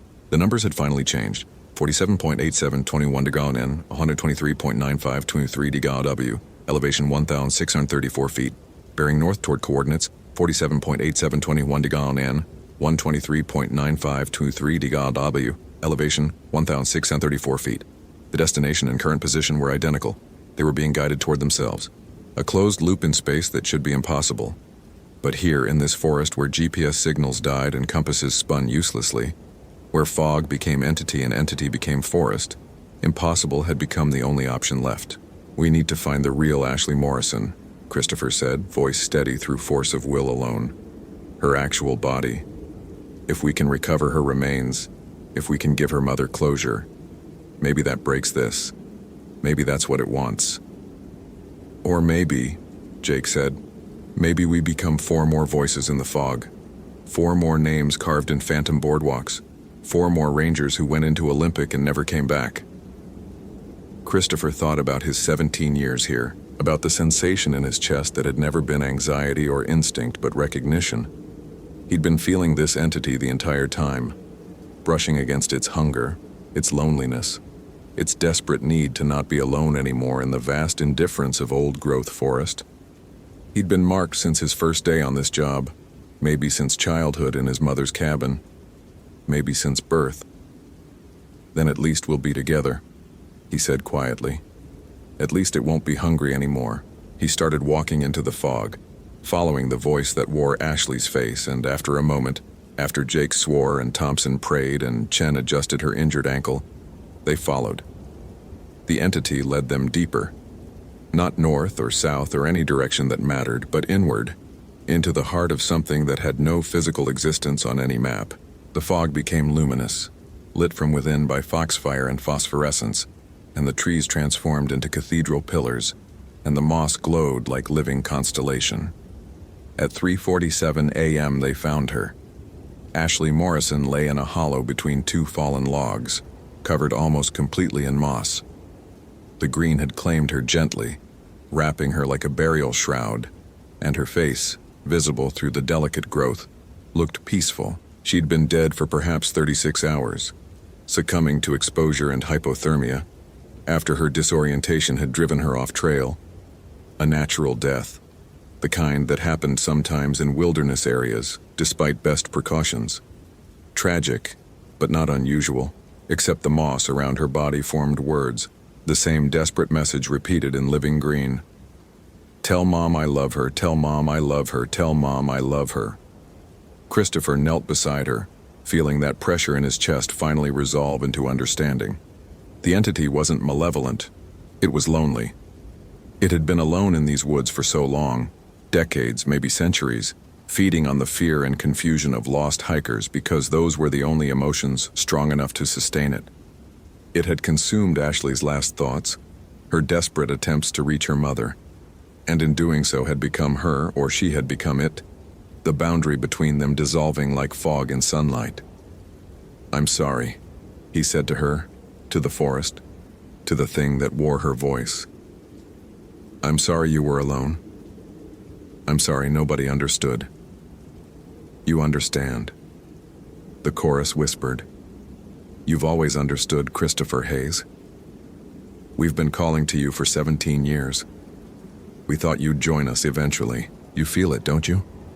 How tired you are. How heavy the world is. How peaceful it would be to just sink into the moss, let us take the weight, become part of something ancient and vast and no longer alone. He did feel it. God help him, he felt it. The exhaustion of 17 years pretending his instincts were anxiety. The isolation of being the weird ranger who knew things he shouldn't. The weight of understanding that some questions didn't have answers, some disappearances didn't have explanations, and some forests contained things that predated human language.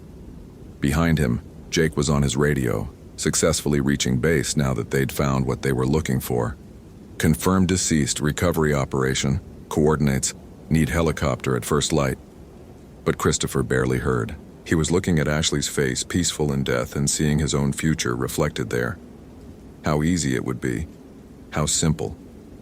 Just lie down in the moss. Let the forest take him. Let his voice join the chorus that sang to lost hikers, finally belonging to something that understood. Hayes. Chen's hand on his shoulder firm and real. We need to prepare her for transport. Can you help me?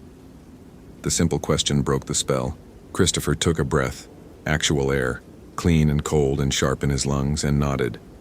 Together they carefully cleared the moss from Ashley's body, documenting everything for the investigation that would follow. Jake had established solid radio contact, was coordinating helicopter evacuation for first light. Thompson stood watch, pale but steady, keeping his flashlight trained on their work. At 4:32 a.m., as they waited for dawn, the forest released them. Christopher felt it like a physical sensation, the pressure in his chest dissipating, the fog thinning, the trees stepping back to normal distances. His GPS unit updated with new coordinates that made sense. 47.8654 degree on, 123.94 monoton degree W, elevation 1,523 feet. Different from where they'd been. Real. Verifiable. The entity's voice faded to whisper, then to memory. We'll see you again, Christopher Hayes. You can't work these woods for 17 years without becoming part of them. You're ours. You've always been ours. But not today. Today you can go home. Take her home to her mother. Tell Diana we're sorry. Tell her Ashley's last thoughts were love. They airlifted Ashley Morrison's body out at 6:15 a.m., October sun burning away the last of the fog, revealing Olympic National Park in all its terrible beauty. The moss and the trees and the rivers that had witnessed this drama with the indifference of ancient things. The official report would cite death by exposure, complicated by acute disorientation, possibly caused by dehydration and sleep deprivation. Tragic, but unremarkable. Christopher Hayes stood at the tree line, watching the helicopter rise, and knew he'd be back in these woods tomorrow, and the day after, and for however many years remained until his own name joined the chorus, carved in phantom boardwalks, sung in fog that wasn't fog. He called Diana Morrison from the ranger station, delivered the news with as much grace as he could summon, told her that Ashley hadn't suffered, that her last message had been love. Didn't mention the other messages, the ones written in moss and carved in bark, the desperate attempts to warn others away from what she'd found. That night, alone in his cabin on the park's edge, Christopher listened to his mother's voice singing him to sleep. Actually listened, instead of pretending it was just memory, just grief, just his mind playing tricks. The song was beautiful. It always had been, and it promised that someday, when he was ready, the forest would welcome him home. In the morning, he'd mark the location where they'd found Ashley. He'd update the trail maps. He'd file his report, and he'd know, with absolute certainty, that the coordinates were wrong, that the maps were lies, that somewhere in the heart of Olympic National Park existed a place with no fixed position, where lost things gathered, and where something ancient and hungry and desperately lonely sang to anyone who could hear. He'd know, and he'd go back anyway, because that's what 17 years had made him. Not brave, not fearless, but aware. And awareness was its own kind of curse. The moss glowed outside his window, phosphorescent and beautiful, spelling out words only he could read. Thank you. We'll be waiting. We're always waiting. Christopher Hayes closed his eyes and let the singing take him to sleep. Thank you for reading to the end. If you enjoyed this narrative, please consider following for more engaging stories. What's your interpretation of Ashley's fate? Was it natural tragedy, supernatural consumption, or something in between? I'd love to read your theories in the comments.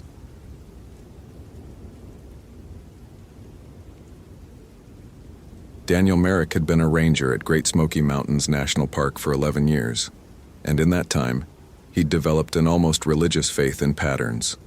Weather patterns, animal behavior patterns, hiker patterns. Everything in nature followed rules, even if those rules were complex. People got lost because they ignored patterns. They left marked trails. They hiked alone without proper gear. They underestimated distances.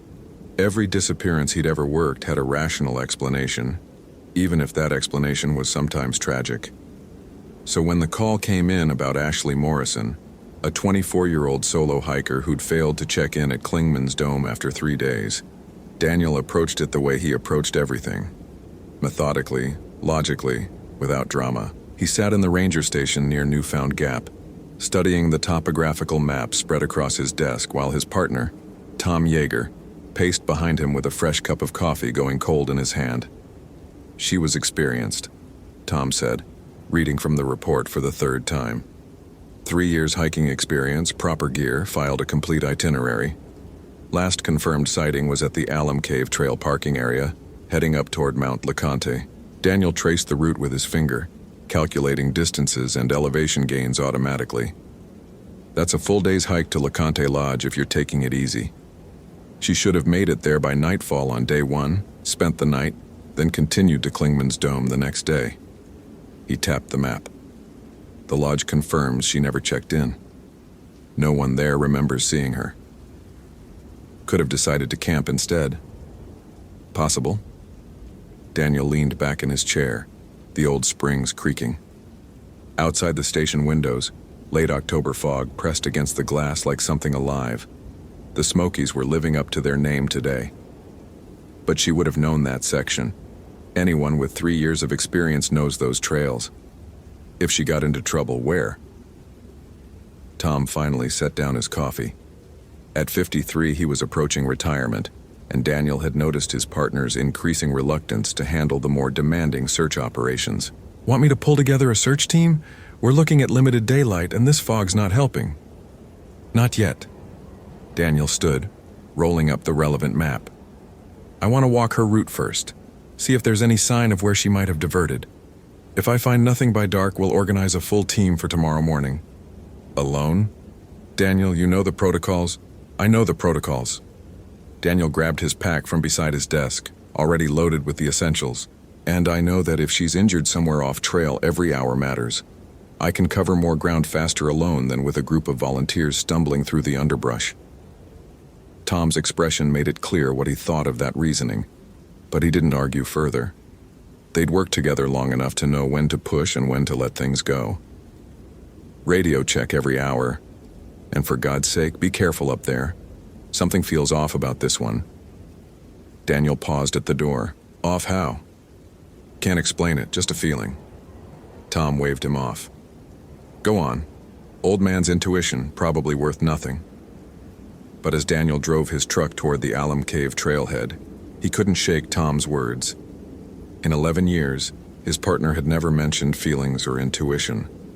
Tom was even more pragmatic than Daniel, a trait that made them an effective team. If something had unsettled him enough to mention it, Daniel shook his head, annoyed at himself. This was exactly the kind of irrational thinking he prided himself on avoiding. Tom was getting old, getting nervous about mountain work. That was all. There was no mysterious feeling about a missing hiker case. There were facts, evidence, and logical explanations. The parking area at Alum Cave Trail was empty except for a single car, a blue Honda Civic that matched the description of Ashley Morrison's vehicle. Daniel pulled up beside it and stepped out into the fog. The temperature had dropped significantly since morning, and moisture beaded on every surface. He could barely see 20 feet ahead. He approached the Honda and peered through the windows. Everything looked orderly inside. a North Face jacket on the back seat, a water bottle in the cup holder, a parking receipt on the dashboard dated 3 days ago. Nothing suggested hurry or distress. Ashley had parked, prepared herself, and headed up the trail exactly as planned. Daniel shouldered his pack and started up the Alum Cave Trail, moving at a steady pace that ate up ground while keeping his breathing even. The trail was well maintained here, popular enough that the Park Service kept it in good condition. Fog closed around him like a tunnel, reducing the world to just the immediate stretch of path ahead and the wall of mountain laurel on either side. He'd hiked this trail dozens of times, in every season, at every hour. He knew it the way he knew his own house, knew where the trail narrowed, where roots crossed the path, where water gathered after rain. The familiarity was comforting, an anchor against the disorientation the fog created. After 40 minutes of steady climbing, he reached Arch Rock, a natural tunnel through the mountain that hikers pass through. He stopped, studying the ground.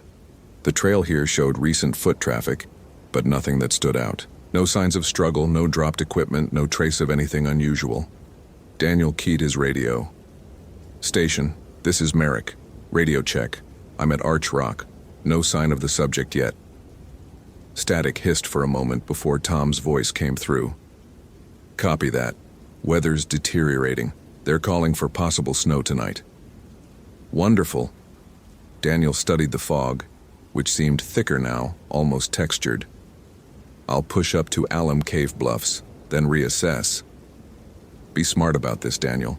Always am." He clipped the radio back to his belt and continued upward. The trail grew steeper, switching back and forth up the mountain face. His legs burned pleasantly with the exertion, and he fell into the rhythm of climbing, his mind emptying of everything except the immediate physical challenge. This was when he did his best thinking, when he wasn't actively thinking at all, when his subconscious could work through problems while his body handled the mechanical task of putting one foot in front of the other. Which is why he almost missed it. Daniel was 20 feet past the spot before his brain caught up with what his eyes had seen. He stopped, turned, and walked back slowly. There, just off the trail, barely visible in the undergrowth, a piece of bright blue fabric, the same distinctive shade of blue as the North Face jacket in Ashley's car. He approached carefully, mindful not to disturb any potential evidence. The fabric was snagged on a mountain laurel branch, a torn strip about 3 inches long. Daniel pulled a plastic evidence bag from his pack and carefully removed the fabric, sealing it inside. He studied the area around the branch. The undergrowth was thick here, nearly impenetrable. But there, yes, there was a narrow gap, barely visible. Not a trail exactly, but a space where someone could push through if they were determined or desperate. Daniel pulled out his flashlight and shone it into the gap. The beam caught on more disturbed vegetation, branches bent at odd angles, leaves scraped away. Someone had definitely come this way, and recently. But why? The main trail was clear, well marked. There was no reason to leave it here, no obvious attraction in that direction. He pulled out his map and compass, orienting himself. If someone followed that path, they'd be heading roughly northeast, away from Mount LeConte, away from any established trails or destinations. Toward nothing. Daniel keyed his radio again. "Tom, I've got evidence that the subject may have left the main trail. I'm going to follow the trail for a short distance, see if I can determine her direction of travel." The response came back garbled with static. "Careful, ridge is..." The signal cut out entirely. Daniel tried again. "Station, do you copy?" Nothing but white noise. He checked his radio. It was functioning normally, but this close to the ridge with the fog and the terrain, signals could be unpredictable. He'd be back in range once he climbed higher or descended. He looked at his watch. 2:47 p.m. He had maybe 3 hours of useful daylight left, less in this fog. The smart thing would be to mark the location, head back, and return tomorrow with a full team. That's what the protocol said. That's what Tom would tell him to do. But if Ashley was injured somewhere in that direction, 3 hours might make the difference. And Daniel had never been one to let protocols override common sense when a life might be at stake. He pushed into the gap in the undergrowth. The going was immediately harder. Mountain laurel clutched at his pack, branches scraped his face, and the ground was treacherous with hidden roots and loose stones. But the path of disturbed vegetation continued ahead of him, unmistakable once you knew what to look for. Someone had definitely come this way, moving with purpose, pushing through obstacles that should have turned them back. After 50 yards, the vegetation opened up slightly, transitioning to older growth forest. The trees here were massive oaks and hickories, their canopies so dense that even in late October, they created a twilight gloom beneath. The fog seemed thicker here too, pressing close with an almost physical weight. Daniel paused, breathing hard, and listened. The forest was silent. Not the peaceful silence of a winter day, but something else, an absence. No bird calls, no rustle of small animals in the leaves, no buzz of insects. Just his own breathing and the soft drip of moisture from the trees. He pulled out his compass to check his bearing and frowned. The needle was spinning slowly, unable to settle on north. He tapped the casing.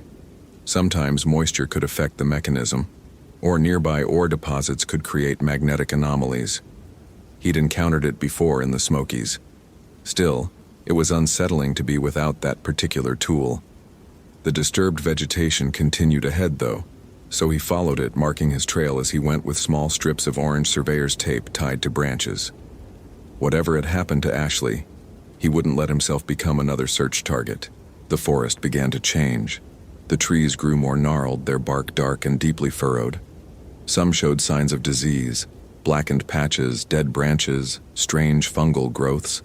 The ground became rockier, with outcroppings of dark stone pushing through the soil like bones through skin. And then he saw the first marking. It was carved into the bark of a large oak, about chest height, a symbol that looked vaguely like a bird, but wrong somehow, the proportions distorted, the wings too angular. The carving was old, the bark having grown around its edges, but it had been deliberately cut deep enough to remain visible. Daniel photographed it with his digital camera, the flash harsh in the gloom. He'd seen historical carvings before, settler markings, survey benchmarks, even old Cherokee symbols left by the indigenous people who'd lived here before the Trail of Tears. But this didn't match anything he recognized. He found 3 more similar carvings in the next 100 yards, each on a different tree, each showing variations of the same angular bird design. They seemed to mark a path, though to where, he couldn't tell. The rational part of his brain tried to categorize what he was seeing. Historical markers, certainly. Probably Cherokee from their presence in these mountains before the 1830s. The bird was likely a raven or crow, significant in Cherokee mythology. This might even be a historically important site, though nothing on any park map indicated anything in this location. But another part of his brain, a part he didn't like acknowledging, whispered that the carvings felt wrong. They felt warning. The trees opened suddenly into a small clearing, and Daniel stopped so abruptly he nearly lost his balance. In the center of the clearing was a structure, or the remains of one. It looked like it might have been a small cabin once, but the walls had collapsed inward. The roof had rotted away, and vegetation had reclaimed most of it.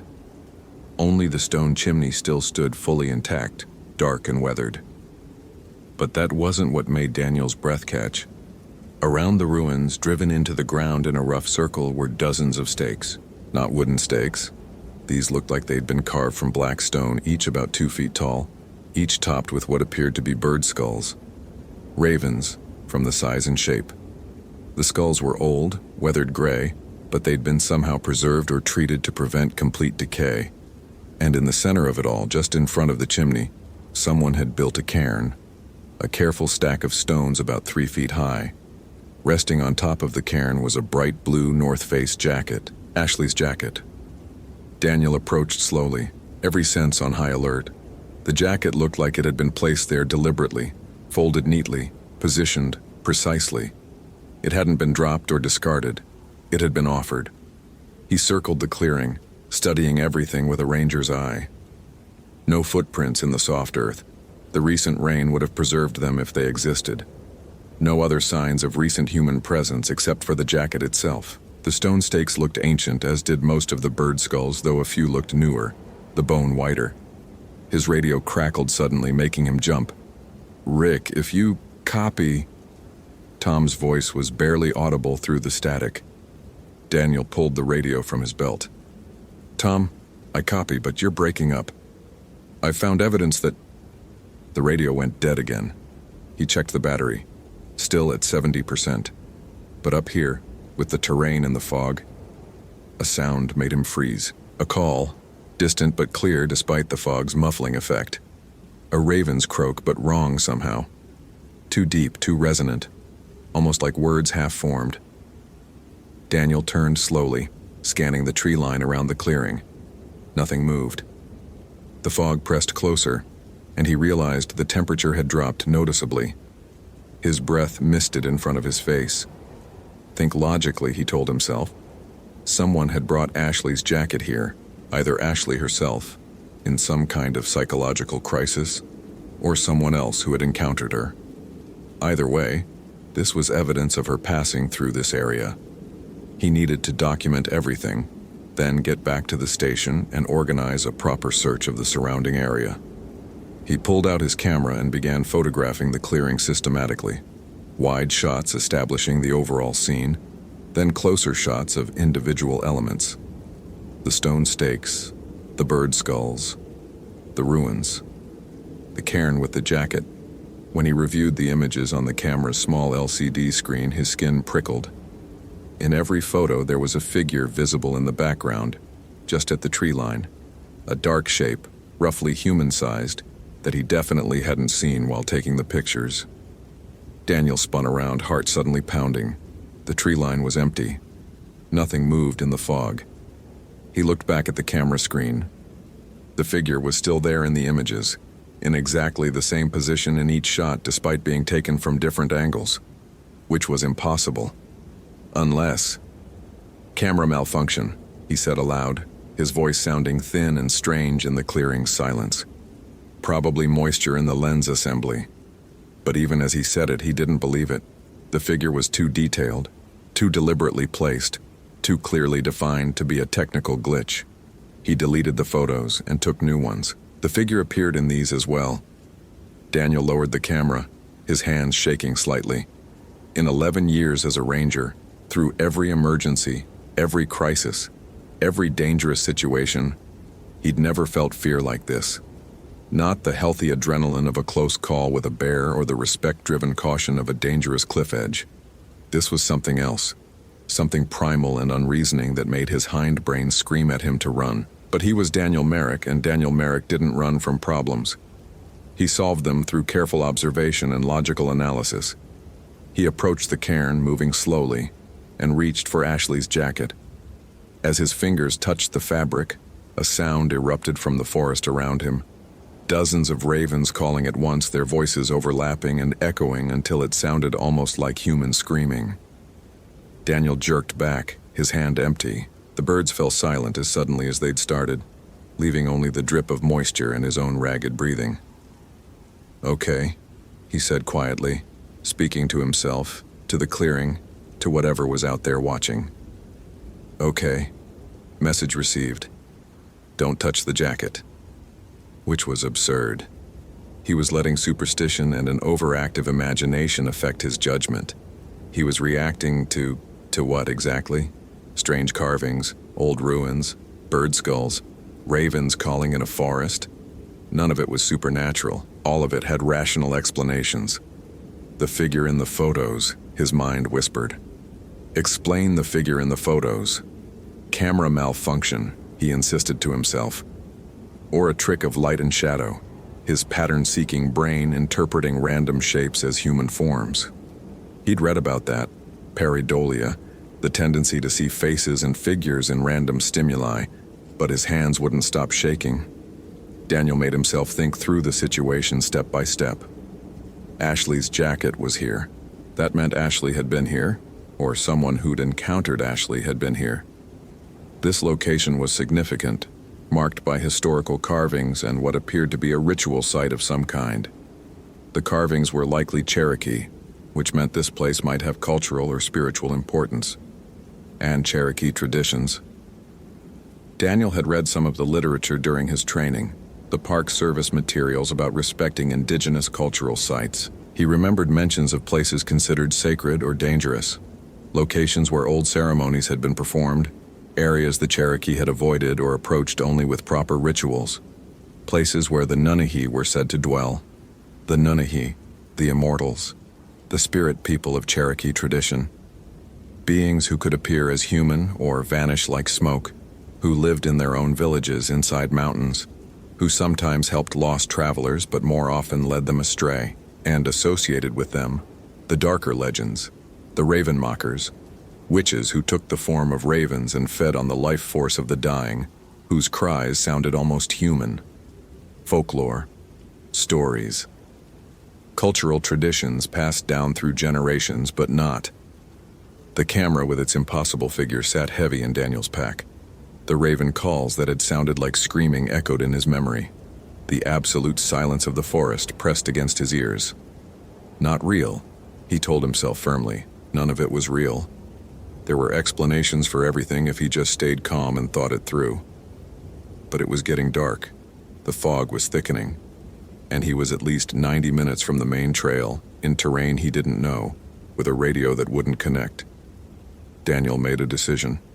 He would mark this location with multiple tape markers, note its position as precisely as possible without a working compass, and return to the station.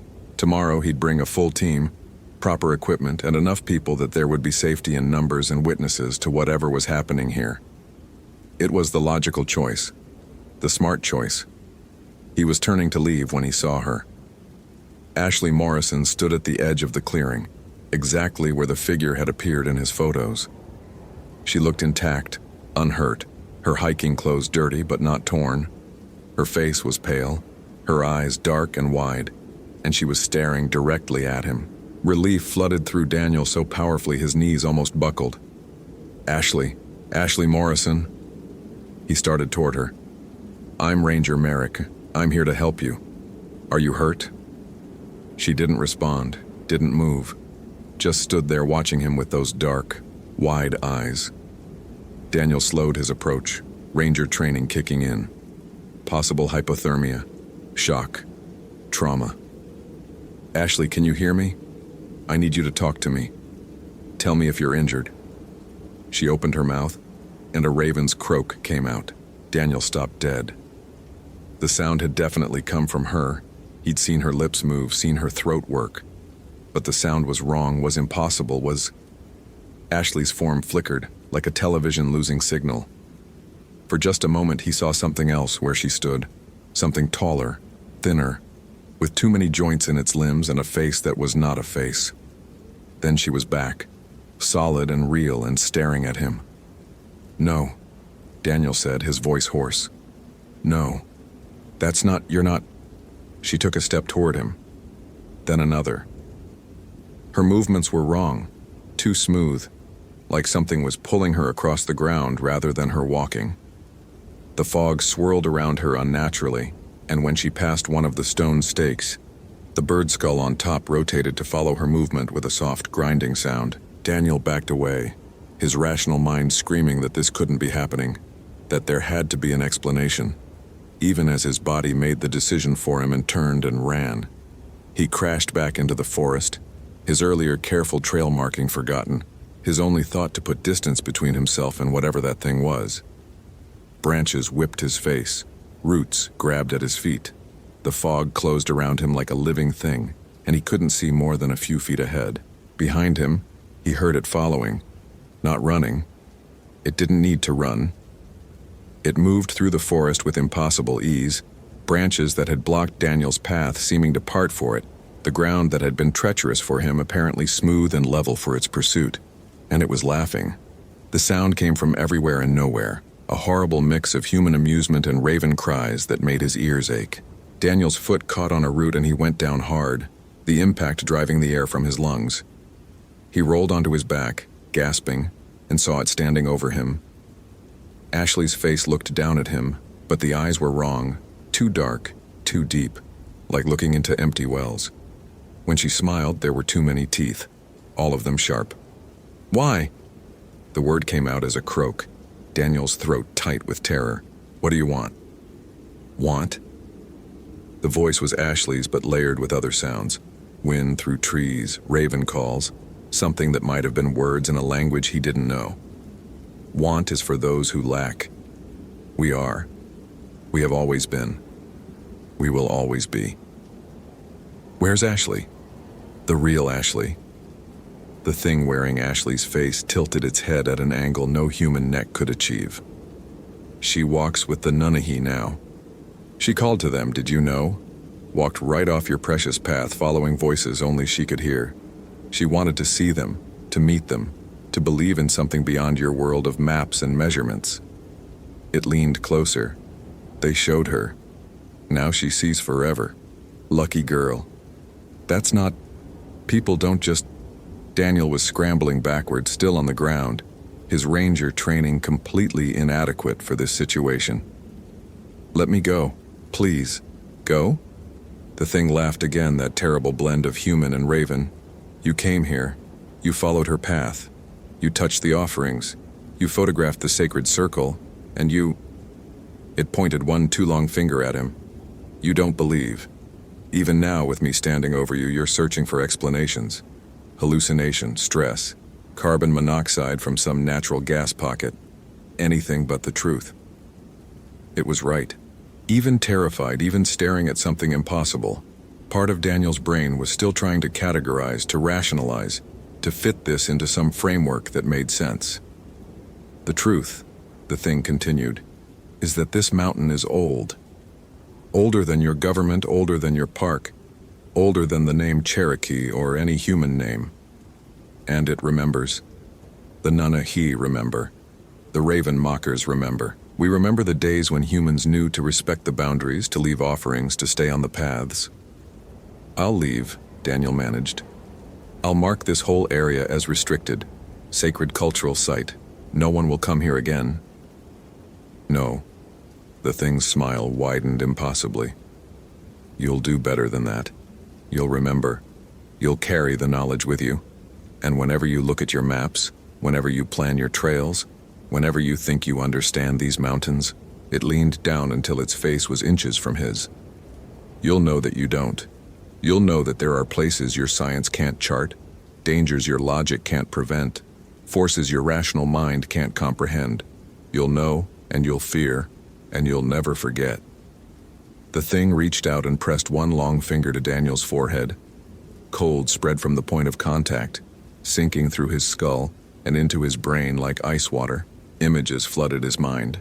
Centuries of forest, of rituals performed in moonlight, of things moving between trees that were never meant to be seen by human eyes, of people who'd walked off trails and into legend, of the thin places where the world of logic ended and something else began. Daniel screamed. When he came back to himself, it was dark, and he was lying on the Alum Cave Trail, just a few yards below Arch Rock. His clothes were soaked with fog moisture. His pack was still on his back. His camera was in his hand. He pushed himself up slowly, checking for injuries. He was bruised, scratched, exhausted, but basically intact. His radio crackled. "Neil, Daniel, if you're out there, respond. We're organizing a search team. It's been 6 hours since your last check-in." Daniel.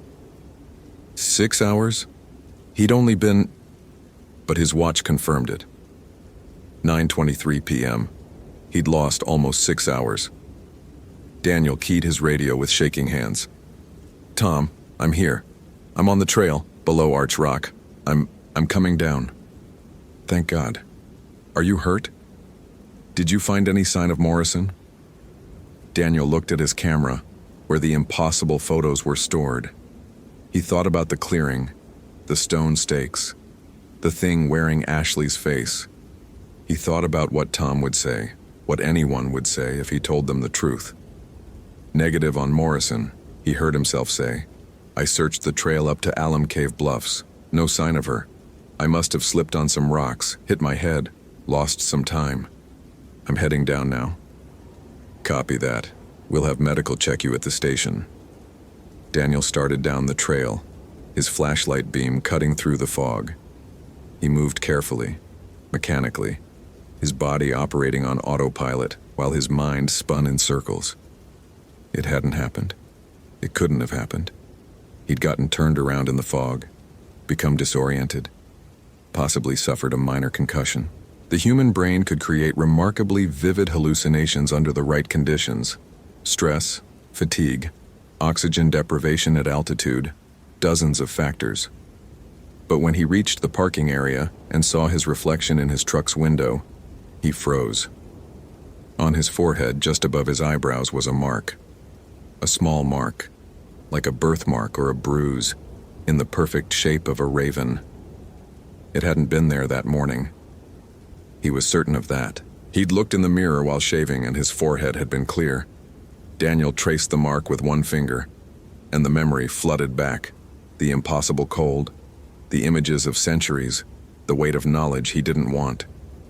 His hand dropped, and he stood there in the parking lot, staring at his own haunted reflection. The search for Ashley Morrison continued for 2 weeks. They brought in dogs, helicopters, thermal imaging equipment. They organized volunteer teams that combed every trail within a 5-mile radius. They found nothing. No clothing, no equipment, no evidence she'd ever been there beyond her parked car and the initial trailhead sign-in. On the 16th day, the search was officially suspended. Ashley Morrison was declared a missing person, one of dozens who'd vanished in national parks over the years, whose fates remained unknown and unknowable. Daniel filed his reports, gave his statements, submitted to the medical evaluation that found nothing wrong with him except some scrapes and bruises consistent with a fall. The photos on his camera had been corrupted, the files unreadable, equipment failure, probably from moisture, the tech said. He didn't mention the clearing. He didn't mention the stone stakes or the bird skulls or the thing that wore Ashley's face. Who would believe him? He barely believed himself, and he'd been there. But he stopped hiking alone, started carrying sage and tobacco in his pack, offerings he'd read about in Cherokee traditions, though he didn't know if he was using them correctly. Started avoiding certain sections of the park when the fog rolled in. Started watching the ravens more carefully, listening to their calls, wondering. 3 months after Ashley's disappearance, on a clear January morning, Daniel was driving through the park when he saw her. Just a glimpse. A young woman with Ashley's build and coloring, standing just off the road watching the passing traffic. He slammed on the brakes, but when he looked back, the spot was empty. Just trees and snow and morning shadows. It happened again a month later, then again. Always just a glimpse, always gone when he looked directly. Other rangers mentioned similar sightings. Hikers reported it. The stories spread, took on a life of their own. The ghost of Ashley Morrison, people said. The spirit of the missing girl, still wandering the mountains. But Daniel knew better. He knew what he'd seen in that clearing, what had shown him the truth. The thing wearing Ashley's face had promised he would remember, and he did. Every time he looked at a map, every time he planned a trail, every time he thought he understood these mountains, the mark on his forehead would ache, and he would know. He would know that the maps were incomplete, that the trails led places not marked by any cartographer, that beneath the science and the surveys and the careful regulations, the mountains kept their own counsel and followed their own rules, that some people who walked off the path didn't get lost. They got found. Daniel Merrick continued working as a ranger for 5 more years before he transferred to a park in the flatlands of the Midwest, as far from mountains as he could get. He never told anyone the full story of what happened that October day. He kept the photos he'd printed before the files corrupted, hidden in a drawer, looking at them sometimes late at night when he couldn't sleep. In every photo, the figure stood at the tree line. In every photo, if you looked closely enough, you could see it was smiling. And in the Great Smoky Mountains, the ravens still call, and sometimes their voices sound almost like words. Sometimes hikers report hearing them and following, curious, drawn by something they can't name.